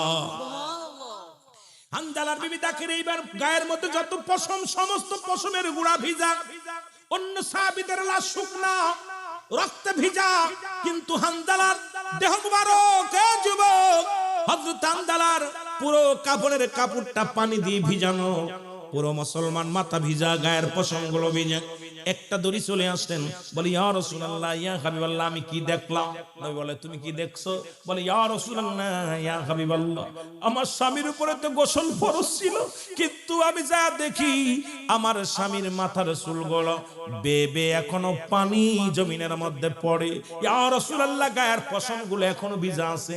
আমার নবীজি চোখের পানি মুছে ফেলতে বলে বিবি রে চোখের পানি মুছে ফেলো। হানজালার বিবি তোমার স্বামী এত বড় ধন্য, নবীর প্রেমের মালা গলায় পড়ার কারণে তোমার স্বামীর এত দাম, তোমার স্বামীর এত মর্যাদা, জান্নাতি ফেরেশতা দিয়া জান্নাত থেকে পানি নিয়ে তোমার স্বামীরে জান্নাতের ফেরেশতারা আল্লাহর ফেরেশতারা একান্তভাবেই তারে গোসল করায় দিছে। জোরে বলা যাবে না সুবহানাল্লাহ। শুধু তাই নয়, গোসল করাই নাই শুধু, আজকে এই 70 জন সাহাবীদের কারুর জানাজায় ফেরেশতা আসে না, একমাত্র হানজালা রাদিয়াল্লাহু তাআলার জানাজা আসমানে নিয়ে 70,000 ফেরেশতা দিয়া রব্বে কারীম তার আমার এই প্রিয় সাহাবীর জানাজার নামাজ পড়ায়া দিয়েছে।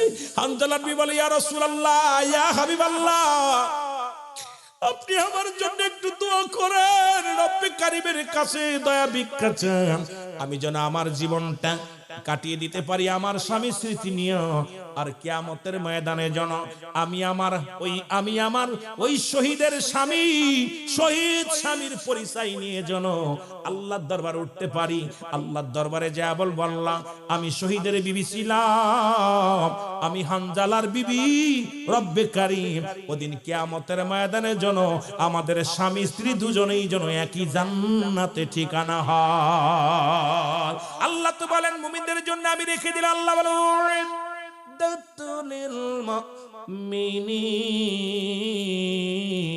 আল্লাহ বলে মুমিনদের জন্য মুত্তাকিনদের জন্য আমি আল্লাহ প্রস্তুতি করে রাখলাম 8টা জান্নাত। সুবহানাল্লাহ বলেন না? কয়টা যাবেন নি? মাগুরার মানুষেরা বলো দিল তো নি রে বা, হ্যাঁ জান্নাতে যাওয়ার কথা লাভ করবে না, কাজতে করতেছে। আরে ভাই জান্নাতে যেতে চান না? আরে ভাই যত কষ্ট হোক জান্নাত চাই কি চাই না? রব্বে কারিমের কাছে অভাব আছে নি? আল্লাহ কয় মুমিনদের জন্য, মুত্তাকিনদের জন্য আমি 8টা জান্নাত প্রস্তুত, একটা তো দিব আমাদের। কথা কোন ঠিক কিনা? 8টার দরকার নেই, একটা দিও। আল্লাহ জান্নাত মাত্র একমাত্রকে দিয়ে দিও। কাফের বেঈমান মুনাফিকদের জন্য প্রস্তুতি করে রাখছে। আল্লাহ বলেন কাফিরিন, আর কাফের বেঈমান মুনাফিকদের জন্য আমি প্রস্তুতি করে রাখলাম একটা নয়, দুটি নয়, 7টা জাহান্নাম। কিরা কিরা জাহান্নামে যাবেন একটু হাত তুলে দেখা। 2 জায়গা তুই যাবি, শখ হইছে ওরে নিয়ে আগুনের মধ্যে ফুরাও, বিড়িটা আগুন ঠেসে ধরো। জাহান্নাম, আহা জাহান্নাম ভয়ে নিজে কান্দে, জাহান্নাম নিজে কান্দবে, ভয়ে ভয়ে কান্দবে। সুতরাং আর লম্বা আলোচনা নয়, সবে বারাতের আলোচনা। সবে বারাতের যায় নফল নামাজ পড়বেন, যা যা রব্বে কারিমের দরবারে কুরআনুল কারীম তেলাওয়াত করবেন।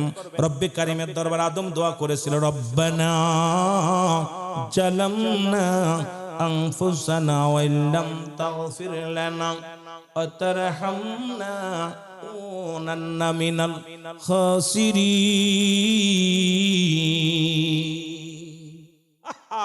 আদম কাল্লা, আমি জালিমদের অন্তর্ভুক্ত কিছু, আমারে তুমি ক্ষমা করে দাও। আর একজন নবীও কেঁদেছিলেন, বলেন লা ইলাহা ইল্লা আনতা সুবহানাকা ইন্নী কুনতু মিনাজ জালিমিন। আল্লাহ আমি জালিমদের অন্তর্ভুক্ত, আমারে মাফ করে দাও। এই লাইলাতুল বরাতের রাত্রে আজকে কানবেন, শেষ রাত্রে উঠে বলবেন, আল্লাহ আমাদেরকে মাফ করে দাও, আমাদেরকে ক্ষমা করে দাও। মানুষের একদম নাকার্দম আল্লাহ রাব্বুল আলামিন আজকে অসংখ্য ফেরেশতা পাঠিয়ে দেয়। আল্লাহ কয় যাও রহমতের ফেরেশতারা, আজকে ভাগ্য রজনীতে কে আছে অভাবী তার অভাব মিটায়া দাও, কে আছে দুঃখী তার দুঃখ মিটায়া দাও, কে আছে ক্ষতিগ্রস্তর মধ্যে ক্ষতি পূরণ করে দাও, কে আছে এই ভাগ্য রজনী, এই লাইলাতুল বরাত, এই ভাগ্য রজনীর মধ্যে মুসলমান। রাসূলুল্লাহ বলছেন সাহাবীরা রে, এই রাতটা জাগ্রত হইয়া, এই দিনটা রোজা রাখিয়া, এই রাতটা জাগ্রত হইয়া রব্বে কারিমের দরবারে কানবে, চোখের পানি ছেড়ে কানবে, আল্লাহ আমার এই অভাব মিটায়া দাও, আল্লাহ আমার এই বিপদ থেকে উদ্ধার করো। রব্বে কারিমের কাছে চাইতে দেরি, রব্বে কারিম দিতে দেরি নয়। কারণ এই দুনিয়ার মধ্যে রব্বে কারিমের দরবারে যত চাবেন ততই পাবেন। হাকা যা হাকা যা হাকা যা, অনেক অনেক কম নয়।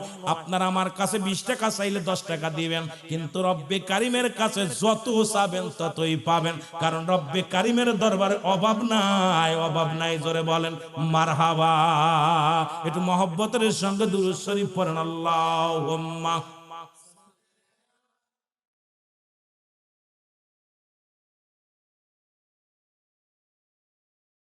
ওয়ালা আলি সাইয়্যিদিনা। মুসলমান গভীর মনোযোগ। সুতরাং সামনে আসতেছে মাহে রমাদান মাস, কয়েকটা ফজিলাতপূর্ণ কথাগুলো বলে যায়, খুব খেয়াল করবেন। এই ফজিলাত হলো মাহে রমাদান মাসের 20টা ফজিলাত। কয়টা? 20টা ফজিলাত, যেগুলো কোরআন হাদিস দ্বারা প্রমাণিত হয়, যেটা আপনাদের আমার আপনার সকলের জন্য প্রয়োজনীয়। এই কটা কথা বলি, যেহেতু সামনে আর হয়তো রমজানের আগে আর হয়তো মাহফিল হবে না, বসতেও পারবেন না, হয়তো বড় বড় আলেম বসবে, আমার মতো ক্ষুদ্র গোলামও বসবে না। আমাদের জানার কোনো শেষ নাই, মানার অভাব। জোরে বলেন ঠিক কিনা? জানতে জানি সবাই, কিন্তু মানতে রাজি নয়। 20টা ফজিলাত, 1 নাম্বার ফজিলাত হলো রমাদান মাসে রাসূল যেটা করছেন সেটা হলো রমাদানের রোজা রাখতে হবে, চাঁদ দেখা। জোরে জোরে চিল্লায় বলেন মারহাবা। 1 নাম্বার হলো কি দেখা? জোরে বলেন কি দেখা? চাঁদ দেখা। 1 নম্বরে চাঁদ দেখে রোজা রাখতে হবে। নবীজি বলছে সাহাবীরা রে, আগে চাঁদ দেখবা, রমজানের চাঁদ দেখা হলো উত্তম, এটা দেখতে হবে, এটা আমাদের জন্য করণীয়। মুসলমান শুনে নেন আমার বাবারা আমার, 1 নাম্বার হলো এই রমাদান মাসে চাঁদ দেখতে হবে। জোরে জোরে চিল্লায় বলেন মারহাবা। কি দেখা? চাঁদ দেখতে হবে মুসলমান, চাঁদ দেখে রোজা রাখতে হবে, চাঁদ দেখে রোজা ভাঙতে হবে। কিন্তু তারপরে আমাদের দেশের আগে দেখছি আমরা মুরব্বীদের, আমার মা আমার বাবা বলতো বাবা দেখ চাঁদ উঠছেনি, দাদারা বলতো চাঁদ উঠছেনি। আমরা যুবকেরা নদীর ধারে যাইতাম, ফাঁকা মাঠে যা চাঁদ দেখার জন্য অপেক্ষা করতাম। আর এখন অপেক্ষা আছি কখন মিডিয়া বলবে চাঁদ দেখা গেছে রোজা রাখিস, চেষ্টাও করি না। রাসূল বলছে চাঁদ দেখে রোজা রাখতে, চাঁদ দেখে রোজা ছাড়তে। ভালো করে শুন, দেখার জন্য চেষ্টা করবেন। যদি না দেখা যায়, যদি কোনো যেহেতু হেলাল কমিটি আছে, হেলাল কমিটি চাঁদ দেখা কথা বুঝেননি, কমিটি আছে, এই কমিটি যদি বলে যেহেতু তাকে রোজা রাখা জায়েজ যাবে, কিন্তু উত্তম হলো রোজার চাঁদ দেখে রোজা রাখা। মারহাবা বলেন না। এক নাম্বার হলো রোজার চাঁদ দেখতে হবে, চাঁদ দেখে রোজা রাখা। দুই নাম্বার হলো মুসলমান শুনে নাও, এ মুসলমান, দুই নাম্বার হলো রোজা রাখা। যখনই চাঁদ দেখছেন প্রতিটা সাবালক সাবালিকার উপরে রোজা ফরজ। মুসলমান শুনে নেন, এ নাবালক নাবালিকার উপরে রোজা ফরজ নয়। ফরজ রোজাটা হলো একমাত্র সাবালক সাবালিকার উপরে যেটা ফরজ। ও মুসলমান শুনে নাও, পরবর্তী উম্মতের জন্য যেটা ফরজ ছিল এটা আমাদের জন্য ফরজ করেছে, শুধু আপনার আমার জন্য নয়, কারণ পরবর্তী উম্মতেরাও এই রোজা পালন করেছে। মুসলমান শুনে নেন, জোরে বলেন ঠিক কিনা। কি পালন করছে? রোজা। রোজা না রমাদান, এই রমজান মাসে রোজা রাখছে, জোরে বলেন ঠিক কিনা। আরো জোরে জোরে চিল্লায় বলেন আল্লাহু আকবার। এ আমার মুসলমান বন্ধুরা আমার শুনে নেন, বেশি বিস্তারিত বলতে গেলে সময় লাগবে। তিন নাম্বার হলো তারাবি পড়া। এখন আমাদের দেশে একটা বিপদের মধ্যে আছি, মুসল্লিরা যদি তারাবি পড়তে না পারে রোজা রাখে না। তারাবি এবং রোজার মধ্যে কোনো সম্পর্ক নাই, রোজা রাখতে হবে। মুসলমান রোজা রাখা ফরজ, তারাবি পড়া সুন্নাত। এখন এই সুন্নাত যদি ছুটে যায়, অনেকেই বুকার দলেরা তারাবি পড়তে পারে না বলে রোজা রাখেন না। তবে রাসূল পাক সাল্লাল্লাহু আলাইহি সাল্লাম বলেছে, উম্মতিরা রে, আমি নবী নিজেই এবং সাহাবীরা সারা দিন ভরে রোজা রাখতেন আর রাত ভরে তারাবি পড়তেন, সারা রাত নামাজের মধ্যে কাটিয়ে দিতেন। আমার বাবারা, আমার বন্ধুরা আমার, তাহলে তারাবি পড়তে হবে, এটা নফল, এটা সুন্নাত। এই সুন্নাত আদায় করলে আপনি কুলি করছে তো করছে। রাসূল বলছে সেহরি করবা দেরিতে, ইফতার করবা একদম সময় মতো। যখন আযান দিবে রে মুসলমান, আযানের দোয়া পড়া হলো, মুসলমান শুনে নাও, আমাদের জন্য ওয়াজিব। এটা কিন্তু আবার গুরুত্বপূর্ণ। অনেক বোকারা আমার এই ভুলটা করেন, আযানের উত্তর দেওয়া কিন্তু ওয়াজিব। এখন ওয়াজিব তরফ করবেন না, আযান শোনা পর যার মতো কথাবার্তা বলেন, এই আযানের উত্তর দেওয়া হলো ওয়াজিব হয়ে যাবে। যখন আপনি আযান কানে শুনছেন, আযানের উত্তর দিবেন, আর সময় মতো যত তাড়াতাড়ি। আবার আযানের আগে খায়েন না, বেলা ডুবে গেছেই মনে করে খায়েন না, কারণ নির্ধারিত যে সময়টা আছে, সময়ের মধ্যে যত ফোঁস করে যত তাড়াতাড়ি ইফতার করতে পারবেন, তত আপনার সুন্নাত আদায় হয়ে যাবে, রব্বে কারীম খুশি হয়ে যাবে। জোরে জোরে চিল্লায় বলেন মারহাবা। সুতরাং 4 নাম্বার হলো সময় মতো ইফতার করতে হবে মুসলমান। 5 নাম্বার হলো সেহরি শেষ ভাগে করতে হবে। রাসূল বলছে সেহরিটা শেষে করবা, সেহরি যেটা হলো এমন সময় খাইবি, এটা সুন্নাত। ওই তাড়াতাড়ি 3টের সময় খাবেন না, কারণ আযানের আগ মুহূর্তে খাবেন। যখনই সেহরি খাওয়া পরে যেন ফরজটা আদায় করতে পারেন, কারণ সেহরি খাওয়া যেমন সুন্নাত, ও মুসলমান শুনে নাও, কিন্তু ফজরের নামাজটা হলো ফরজ। আমাদের কপাল পুরা কিছু মুসল্লি আছে, দেখা যায় 3টার সময় উঠে খাইলো, ফজরে আযান কমিতে গেল, বুঝলো না। আরে তোর কপালটা তো পুরা, সেহরি না খাইলে রোজা হবে, সেহরি না খাইলে রোজার ক্ষতি নাই, কিন্তু সুন্নাত ছুটে যাবে। কিন্তু মুসলমান ফজরের নামাজটা ছিল ফরজ।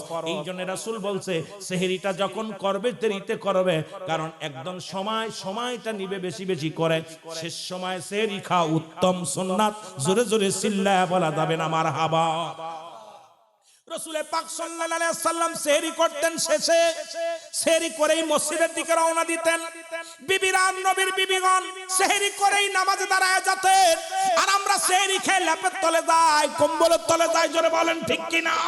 এই জন্য সেহরিটা করতে হবে ঠিক শেষ সময়, ইফতার করতে হবে সময় মতো। দেরিতে করবেন সেহরি, ইফতার করবেন সময় মতো। আল্লাহ আমাদের বোঝার তৌফিক দান করুক। জোরে বলেন আমিন। আমার মুসলমান 6 নাম্বার ইফতারের আগত সময় ইফতারের আগ মুহূর্তে দোয়াটা করা, ওইটা বড় আল্লাহর নবী বেশি বেশি করতেন। এই দোয়াটা আল্লাহর দরবারে বেশি কবুল হয়ে যায়, কারণ আদম আলাইহিস সালাম, বাবা আদম আলাইহিস সালাম তওবা করেছিলেন আসরের পর, আস্তাগফিরুল্লাহ রাব্বি মিন কুল্লি জামবি ওয়া আতুবু ইলাইহি লা হাওলা লা কুওয়াতা ইল্লা বিল্লাহ। বাবা আদম দোয়া করেছিলেন, আর নবীজি বলে গেছেন এই মধ্যবর্তী নামাজ হলো আসরের নামাজ।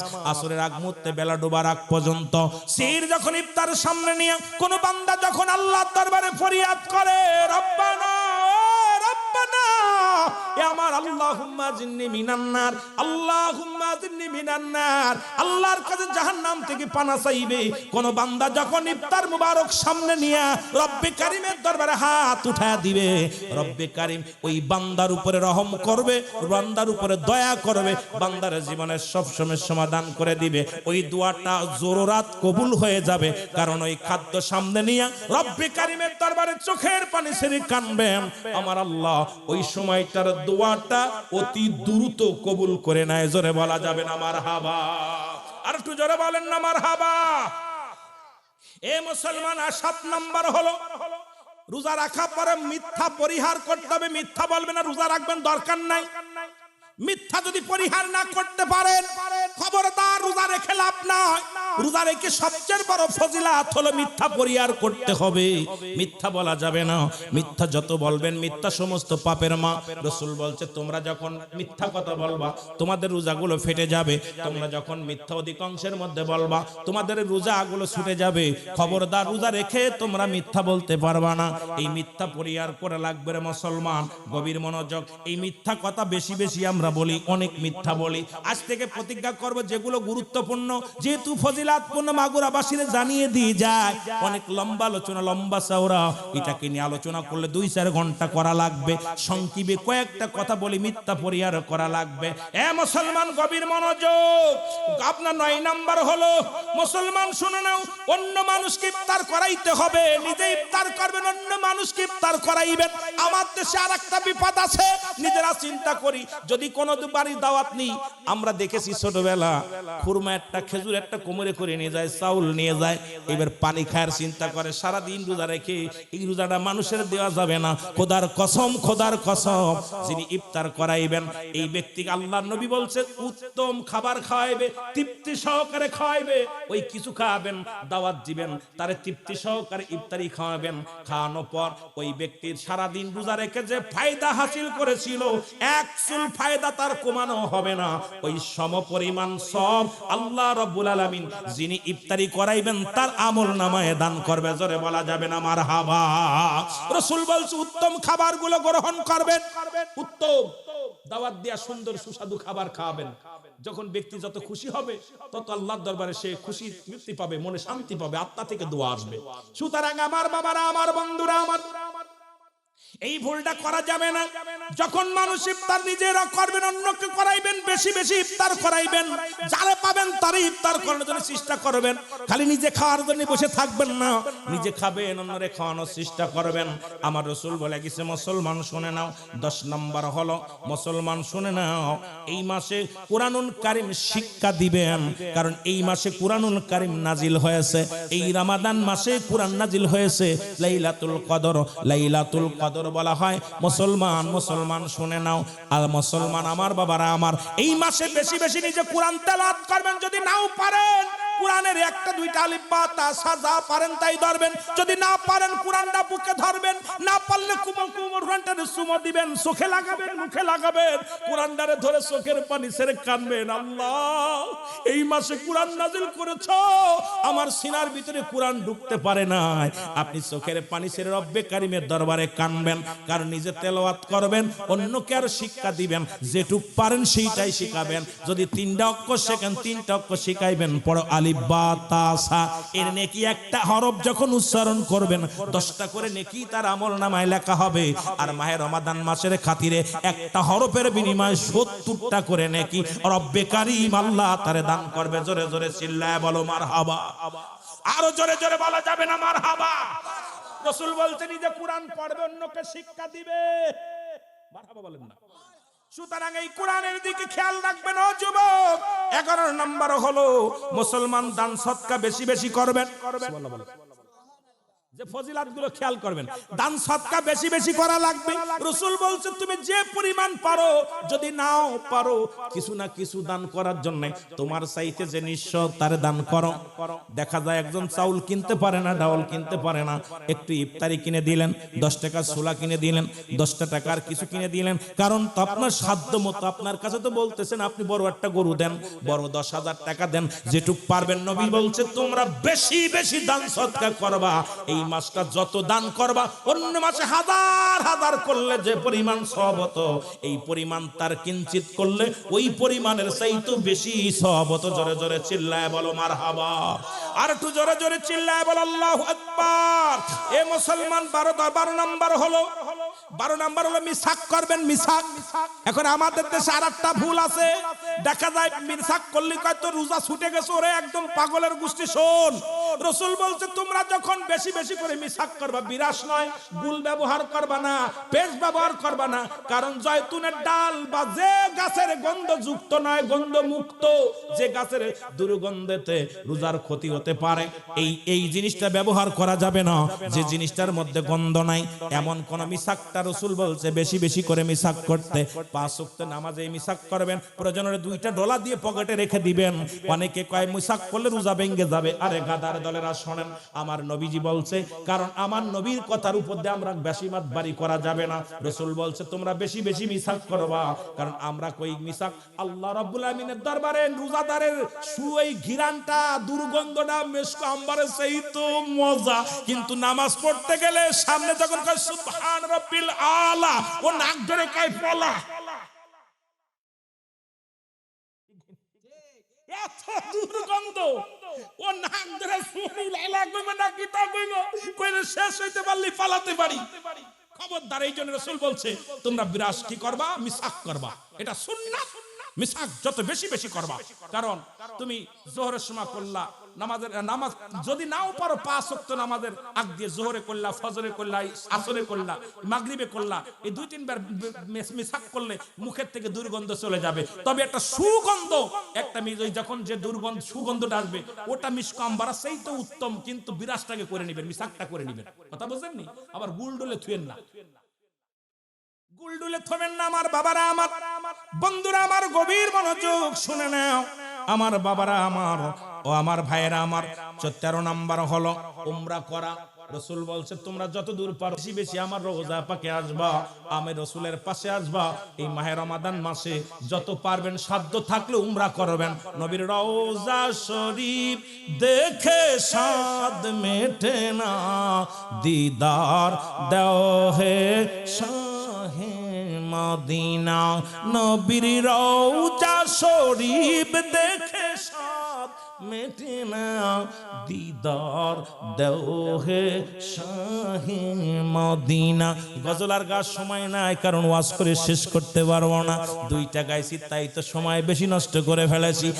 যুবক বন্ধুরা শুনে নাও, রাসূল বলছে বেশি যদি নাও পারো, সাধ্য থাকলে মদিনা ঘুরে আসো, মদিনার রওজা ঘুরে আসো, রাসূলের রওজা পর্যন্ত যাও। কোন ব্যক্তি যখন রাসূলের রওজা জিয়ারত করে, আল্লাহ রাব্বুল আলামিন তারে মাসুমের মাসুম বানায়া দেয়। যেমন মায়ের গর্ভে থেকে শিশু দুনিয়ার মধ্যে আগমন করে, কোন ব্যক্তি যখন রাসূলের রওজায় যে সালাম দেয়, আসসালামু আলাইকুম ইয়া রাসূলুল্লাহ, আসসালামু আলাইকুম ইয়া হাবিবাল্লাহ, আল্লাহ রাব্বুল আলামিন ডাক দিয়ে বলেন, আল্লাহর হাবিব বলেন, ওই ব্যক্তি যেমন মায়ের গর্ভে থেকে নিষ্পাপ শিশু হয়ে দুনিয়ার মধ্যে আগমন করে, আমি নবীর রওজায় যা যখন সালাম দিবে ওই রকম তারে মাসুমের মাসুম বানায়া দেওয়া হবে। সাধ্য থাকলে, টাকা পয়সা থাকলে মদিনায় যাবেন, উমরা করবেন, উমরা করবেন। কথা বুঝেন? আমার ভাইয়েরা, আমার মাগুরার বাবারা শোনা নাও, গভীর মনোযোগ। 14 নম্বর হলো এই 10 দিন ইতিকাফ করতে হবে। এখন এতেকাপ এই 10টা দিন, শেষের 10 দিন রহমত মাগফিরাত নাজাত, শেষের 10টা দিন এতেকাপ করা লাগবে। এখন এতেকাপ তো যা শুরু হয়েছে আল্লাহর কসম করে বলি, এতেকাপ যদি একটা মহল্লায় যদি নামাজ পড়া হয়, ওই মসজিদে যদি কোনো ব্যক্তি এতেকাপে না বসে, সমস্ত মুসল্লিদের নামাজ হবে না, একটা মুসল্লিদের নামাজ হবে না। তবে এতেকাপে বসা অবস্থায় যদি এলাকার কোনো ব্যক্তি মারা যায়, তার যদি দাফন যদি কাপড় যদি তার জানাজায় শরীক হয়, এতেকাপ ছুটে যাবে। আর আমাদের দেশে এতেকাপে বইয়া মোবাইল টেপে আর গেম দেখে দেখি বাবা রে, মসজিদের মধ্যে বইয়া বইয়া মোবাইল খালি টেপে আর বল লাগে কথা কয়, বেমাইয়ের লগে কথা কয়, কিরে বেচা কিনা কটা কেনা করছি রে, ও সুকিনা শাড়ি ব্লাউজ কিনছো, সময় কিনছো, এই কপাল পোড়া, তোর এতেকাপ ছুটে যাবে, 1 মিনিট হবে না। এতেকাপ শব্দটা আবদ্ধ মরে যাওয়া। ওই 10টা দিন তোর বউ নাই, ছেলে নাই, মেয়ে নাই, একমাত্র রব্বে কারিমের গোলামি করবি। যদি গোসল ফরজ হয় তাহলে করবি, আর যদি গোসল প্রয়োজন না হয় বিনা কারণে মসজিদ থেকে বাইর হবি না। বসে বসে এতেকাপে বইয়া তাসবিহ টিপবি, বয়া বয়া কোরআন তেলাওয়াত করবি, বয়া বয়া সিজদায় লুটায়া পড়বি। কিন্তু বর্তমান আমার দেশে মাগুরাতে কিছু এতেকাপ হয়, দেখি ওর মধ্যে বয়া বয়া বল লগে আলাপ করে, মেয়ের লগে আলাপ করে, ছেলের লগে আলাপ করে, বাড়ি বাজার করে, রাস্তাঘাটে ঘুরে, আবার এতেকাপে বয়। ওই ভণ্ডামি করা লাগবে না, এতেকাপ হবে না। কারণ এটা হলো ফরজে কিফায়া। জানাজার নামাজেও যদি এতেকাপে থেকে যদি বাইরে আসে, ভালো করে ফতোয়া শোনেন, এতেকাপে বসা অবস্থায় যদি ফরজে কিফায়া জানাজার নামাজে কোন ব্যক্তি মহল্লার জানাজায় শরীক হয়, তার এতেকাপ ছুটে যাবে। সুতরাং এতেকাপ বসা অবস্থায় যদি নামাজে জানাজার নামাজে যাওয়া যায়, তুমি বয়া বয়া গল্প করো কোন ফতোয়ায়, তুমি বয়া বয়া বল লগে কথা কও কোন ফতোয়ায়, মেয়ের লগে কথা কও কোন ফতোয়ায়, মুরব্বিদের সঙ্গে এতেকাপে বইয়া সামনের কাতারে বইয়া টাকার হিসেব করে, কত ইমাম সাহেব পাইলো, কত মৌলভী পাইলো, ওর ঘাট ধরে বের করে মসজিদ থেকে, ঘাট ধরে বের করে দিবেন মসজিদ থেকে। এতেকাপে বসা অবস্থায় কি ডাকি করলো দুনিয়া চিন্তা না, আজানটা পড়বে এক পাশে বসে, যদি পারে ওখানেই বসে নামাজটা পড়বে। যদি দেখা যায় কাতার সংকট হয়ে গেছে, যেহেতু কাতার পুড়তেছে না, এই কারণে তখন এতেকাপ উনার আবদ্ধ জায়গা থেকে, একটা নির্দিষ্ট জায়গা থেকে উনি উঠে যে দাঁড়াইতে পারবে নামাজে, নামাজটা ফরজ নামাজ, সালাম ফিরাইয়া একটা সেকেন্ড বসতে পারবে না, উনি আবার উনার জায়গায় চলে আসবে। আর যদি ওখানে দাঁড়ানো অবস্থায় যদি সিরিয়াল হয়ে যায়, তাহলে উনি ওখান থেকে সরবে না। কিন্তু আমার দেশে এতেকাপ ওই কোনায় বসে যায়, সামনের কাতারে যায় নামাজে বয়া, এই কয় টাকা উঠছে রে, এই কিটা কিটা ঠা দিছে দেখ দি, এই তোরে বসতে কইছে কি, এই লাব্বা বদমাইশ, এতেকাপে বসছ ভন্ডামি করতে, এগুলো চলবে না। এতেকাপে বসছ সারা জীবন, এতেকাপে ফরজে কিফায়া জানাজার নামাজ, ওই মসজিদে জানাজা ওই জায়গা হচ্ছে আর এই জায়গায় এসে জানাজা পড়তে, ওর এতেকাপ ছুটে গেছে। এত সহজ এতেকাপ, এতেকাপ রাসূল বলছেন না, সাহাবীরা করছে না। এতেকাপে বইয়া বাজার ঘাট সব কি যে শুরু করছে, আবার কিনে কিনে এতেকাপ পুরায়। ইতিকাফ হলো যে ব্যক্তি নামাজটা পড়েছে একমাত্র তাদের মধ্যে, যে কোনো এক বা একের অধিক বসলে এই ফরজে কিফায়া আদায় হয়ে যাবে। যদি কোনো ব্যক্তি না বসে, পুরো মহল্লার মানুষ দায়ী হয়ে যাবে। আর যদি একজন ব্যক্তি আপনাদের সবার তরফ থেকে একজন বসে, সবার এটা ইতিকাফ তাদের আদায় হয়ে যাবে, ফরজে কিফায়া এটা আদায় হয়ে যাবে। জোরে বলেন না মারহাবা।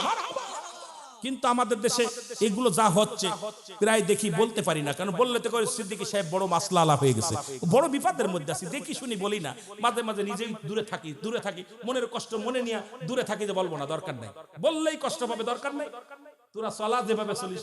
কিন্তু আবার মাঝে মাঝে বলি, বললেও বিপদ, না বললেও বিপদ, না বললে আল্লাহর কাছে দায়ী থাকবো, বললে ওর কাছে আমি দোষী হতেছি, কোথায় যাব, বড় বিপদে আছি। আমার ভাইয়েরা, আমার বন্ধুরা, আমার গভীর মনোযোগ, এই শেষের 10 দিনে ইতিকাফ করা। 15 নাম্বার হলো ইবাদত বেশি বেশি করা। শেষের 10টা দিন বেশি বেশি নফল নামাজ পড়বেন, বেশি বেশি আল্লাহর জিকির করবেন, বেশি বেশি রব্বে কারীমের দরবারে কান্নাকাটি করবেন। রাসূল বলছে শেষের 10টা দিন, আমাদের দেশে দেখা যায় 10টা দিন, প্রথম 10 দিন মুসল্লি পাওয়া যায়, দ্বিতীয় 10 দিন একটু কম, আর শেষের 10 দিন শুধু বাজার, ঈদের মার্কেট। খোদার কসম, রাসূল বলছে শেষের 10টা দিন নবীজি বেশি বেশি ইবাদত করেছে, নবীজি বেশি বেশি কান্নাকাটি করেছে। রাসূলুল্লাহ, মামার বাবারা আমার, রাসূল বেশি বেশি আল্লাহর জিকির করেছে, আল্লাহর দরবারে পানাহা চেয়েছে, আল্লাহর দরবারে শুকরিয়া আদায় করেছে। সুতরাং আপনারা শেষের 10টা দিন বেশি বেশি কাঁদবেন, কারণ আপনার এই বুঝি এবারের বছরের রোজা শেষ হয়ে যাচ্ছে, আগামী বছর আর পাবো না, শেষ হয়ে যাবে। মুসলমান শুনে নাও। 16 নাম্বার হলো বেজোর রাত দেখে দেখে ইবাদত করা। খালি ওই 23-27 রাত খুঁজেন না, যদি ওই রাত না হয়, তানাজ্জালুল মালাইকা, ফেরেশতা আগমন করেছে, কুরআন নাযিল হইছে, মুনশিরা ইন্না আনজালনাহু ফি লাইলাতুল কদর। কদরটা একটা পেয়েছে, কথা বুঝেন কি বিপদ আমার ভাইরা, আমার বন্ধুরা, এই রাসূল বলছে তোমরা বেজোর রাত 21 রাত 23 রাত 25 রাত 27 রাত 29 রাত এই বেজোর রাতগুলো রাসূল নিজে জেগে জেগে কাটাইতেন, নফল নামাজ পড়তেন। আমাদের ইমাম মৌলভী হাফেজ কারি যারা আছেন ওই খুঁজে পাইছে 27 রাত, ওই দিনই বুঝি আল্লাহরে পাবে, আর অন্য দিন নাই। এইজন্য অনুরোধ করি, রাসূল বলছে শেষের 10টা দিন বেজোর রাতগুলো দেখে দেখে ইবাদত করবেন। কিছু যদি না পারেন 2-4 রাকাত নফল নামাজ বেশি বেশি করে পড়বেন বেজোর রাতগুলো, কারণ 21 রাতে আল্লাহর দরবারে লাইলাতুল কদর খুঁজবেন, 23 রাতে লাইলাতুল কদর খুঁজবেন মুসলমান, 25 রাতে লাইলাতুল কদর খুঁজবেন, 27 রাতে লাইলাতুল কদর খুঁজবেন, 29 রাতে লাইলাতুল কদর খুঁজবেন। নবী বলছে সাহাবীরা রে তোমরা বেজোর রাতগুলো দেখে দেখে বেশি বেশি আল্লাহর দরবারে কানবা, বেশি বেশি রব্বে কারিমের দরবারে প্রার্থনা করবা, নফল বন্দেগী করবা, কোরআন তেলাওয়াত করবা, আল্লাহর জিকির করবা, নবীর দুরূদ পড়বা, একটু 2 রাকাত 4 রাকাত বেশি বেশি করে পড়বেন। আল্লাহ ওই রাতটা যদি কপালে হয়ে যায় ও মুসলমান, তাহলে তো কপাল খুলে গেল, জোরে জোরে চিল্লায়া বলা যাবে না মারহাবা। 17 নম্বর হলো মুসলমান সদকাতুল ফিতরা। রোজার অবস্থায় এই মাসটা সদকাতুল ফিতরা, যেটা ফিতরা বলা হয়, এটা আদায় করতে হবে।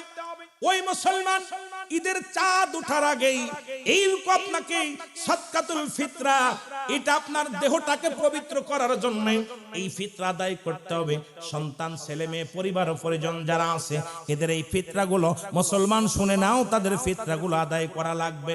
রাসূল বলছে সদকাতুল ফিতরা যেন আদায় করে আমার পাশে সে যেন পবিত্রতা অর্জন করে, তার দেহটা যেমন জ্বালিয়ে পুড়ে দেওয়া হয়। রোজার শাব্দিক অর্থ হলো জ্বালিয়ে পুড়িয়ে দেওয়া। দেহের মধ্যে একটা অংশ থাকে সাদকায়ে মুসলমান যাকাত দেওয়া, যেমন যাকাত দিলে মাল পবিত্র হয়, যেমন যাকাত দিলে মাল পবিত্র হয়, তদ্রূপ রোজা রাখলে আপনার দেহটা পবিত্র হয়। আর ওই যাকাত যখন সদকাতুল ফিতরা দিবেন আপনার দেহটা আল্লাহ পবিত্র করে দিবে। এই জন্য আপনার সন্তানাদি সবার সদকাতুল ফিতরা আদায় করবেন, এটা খুব খেয়াল রাখবেন। জোরে জোরে চিল্লায় বলা যাবে না মারহাবা। এ মুসলমান শুনে নাও, 18 নাম্বার হলো ক্ষমা চাইতে হবে আল্লাহর দরবারে বেশি বেশি জাহান্নাম থেকে। আল্লাহুম্মা আজিরনি মিনান নার, আল্লাহুম্মা আজিরনি মিনান নার। নবীর সাহাবীরা এই 10টা দিন শুধু কাঁদতো। জাহান্নাম থেকে মুক্তির শেষ 10 দিন হলো রব্বে কারিমের দরবারে কান্তর বলতো আল্লাহ আল্লাহুম্মা আজিরনি মিনান নার, আল্লাহুম্মা আজিরনি মিনান নার। আপনি সব সময় ক্ষমা চাইবেন, আল্লাহর কাছে মাফ চাইবেন। মুসলমান শুনে নেন, আল্লাহর কাছে মুসলমান শুনে নাও, শুনে নাও। এ মুসলমান শুনে নাও, গভীর মনোযোগ। 19 নাম্বার হলো সাধ্য অনুযায়ী মানুষকে দান খয়রাত করবেন। সাধ্য অনুযায়ী আপনার যে বললাম যা যেটুকু তৌফিক নেয় সে অবস্থায় আপনি দান ধ্যান করবেন। আমার মুসলমান গভীর মনোযোগ, সাধ্য অনুযায়ী আপনি দুনিয়ার মধ্যে যারে পাবেন সাধ্য যেটুকু আছে সেটুকু দান করবেন। নাই কথা বলে সান্ত্বনা দিবেন, ভাইরে রোজা আছে, আহা আল্লাহ আপনার দয়া করুক। যদি এইটুকু সাধ্য আছে না, মানুষের মাথায় একটু হাত বুলাই দেওয়ার মতো ক্ষমা না, যেটা একটু বুঝ দেবেন মানুষটা অসহায় রোজা আছে, কিছু দেওয়ার মতো নাই, তবু তাকে একটা আসসালামু আলাইকুম ভাইজান, কেমন আছেন, রোজা আছেন ভাই, কেমন কেমন কি আছেন, একটু কৌশল বিনিময় করবেন। রাসূল বলছে যদি কিছু না পারো মানুষের কৌশল বিনিময় করবা, কথা দিয়ে মানুষকে ভালোবাসা দিবা, প্রেম দিবা। অন্য মুমিনের তোমার মুখের ভাষা দ্বারা, তোমার কথা দ্বারা অনেক মুমিনের দেহটা ঠান্ডা হয়ে যাবে, কলিজাটা ঠান্ডা হয়ে যাবে। কিন্তু আমাদের ব্যবহার এমন মুসলমান, আমার গভীর মনোযোগ, সবচেয়ে বড় বিষয় হলো এখানে শুধু সাধ্যমতার মুসলমান, পৃথিবীর মধ্যে ঝগড়া খিবাদ থেকে মুসলমান সবচেয়ে বড় বিষয় হলো এইটা হলো রোজা রাখা অবস্থায় ঝগড়া ফ্যাসাদ থেকে দূরে থাকা।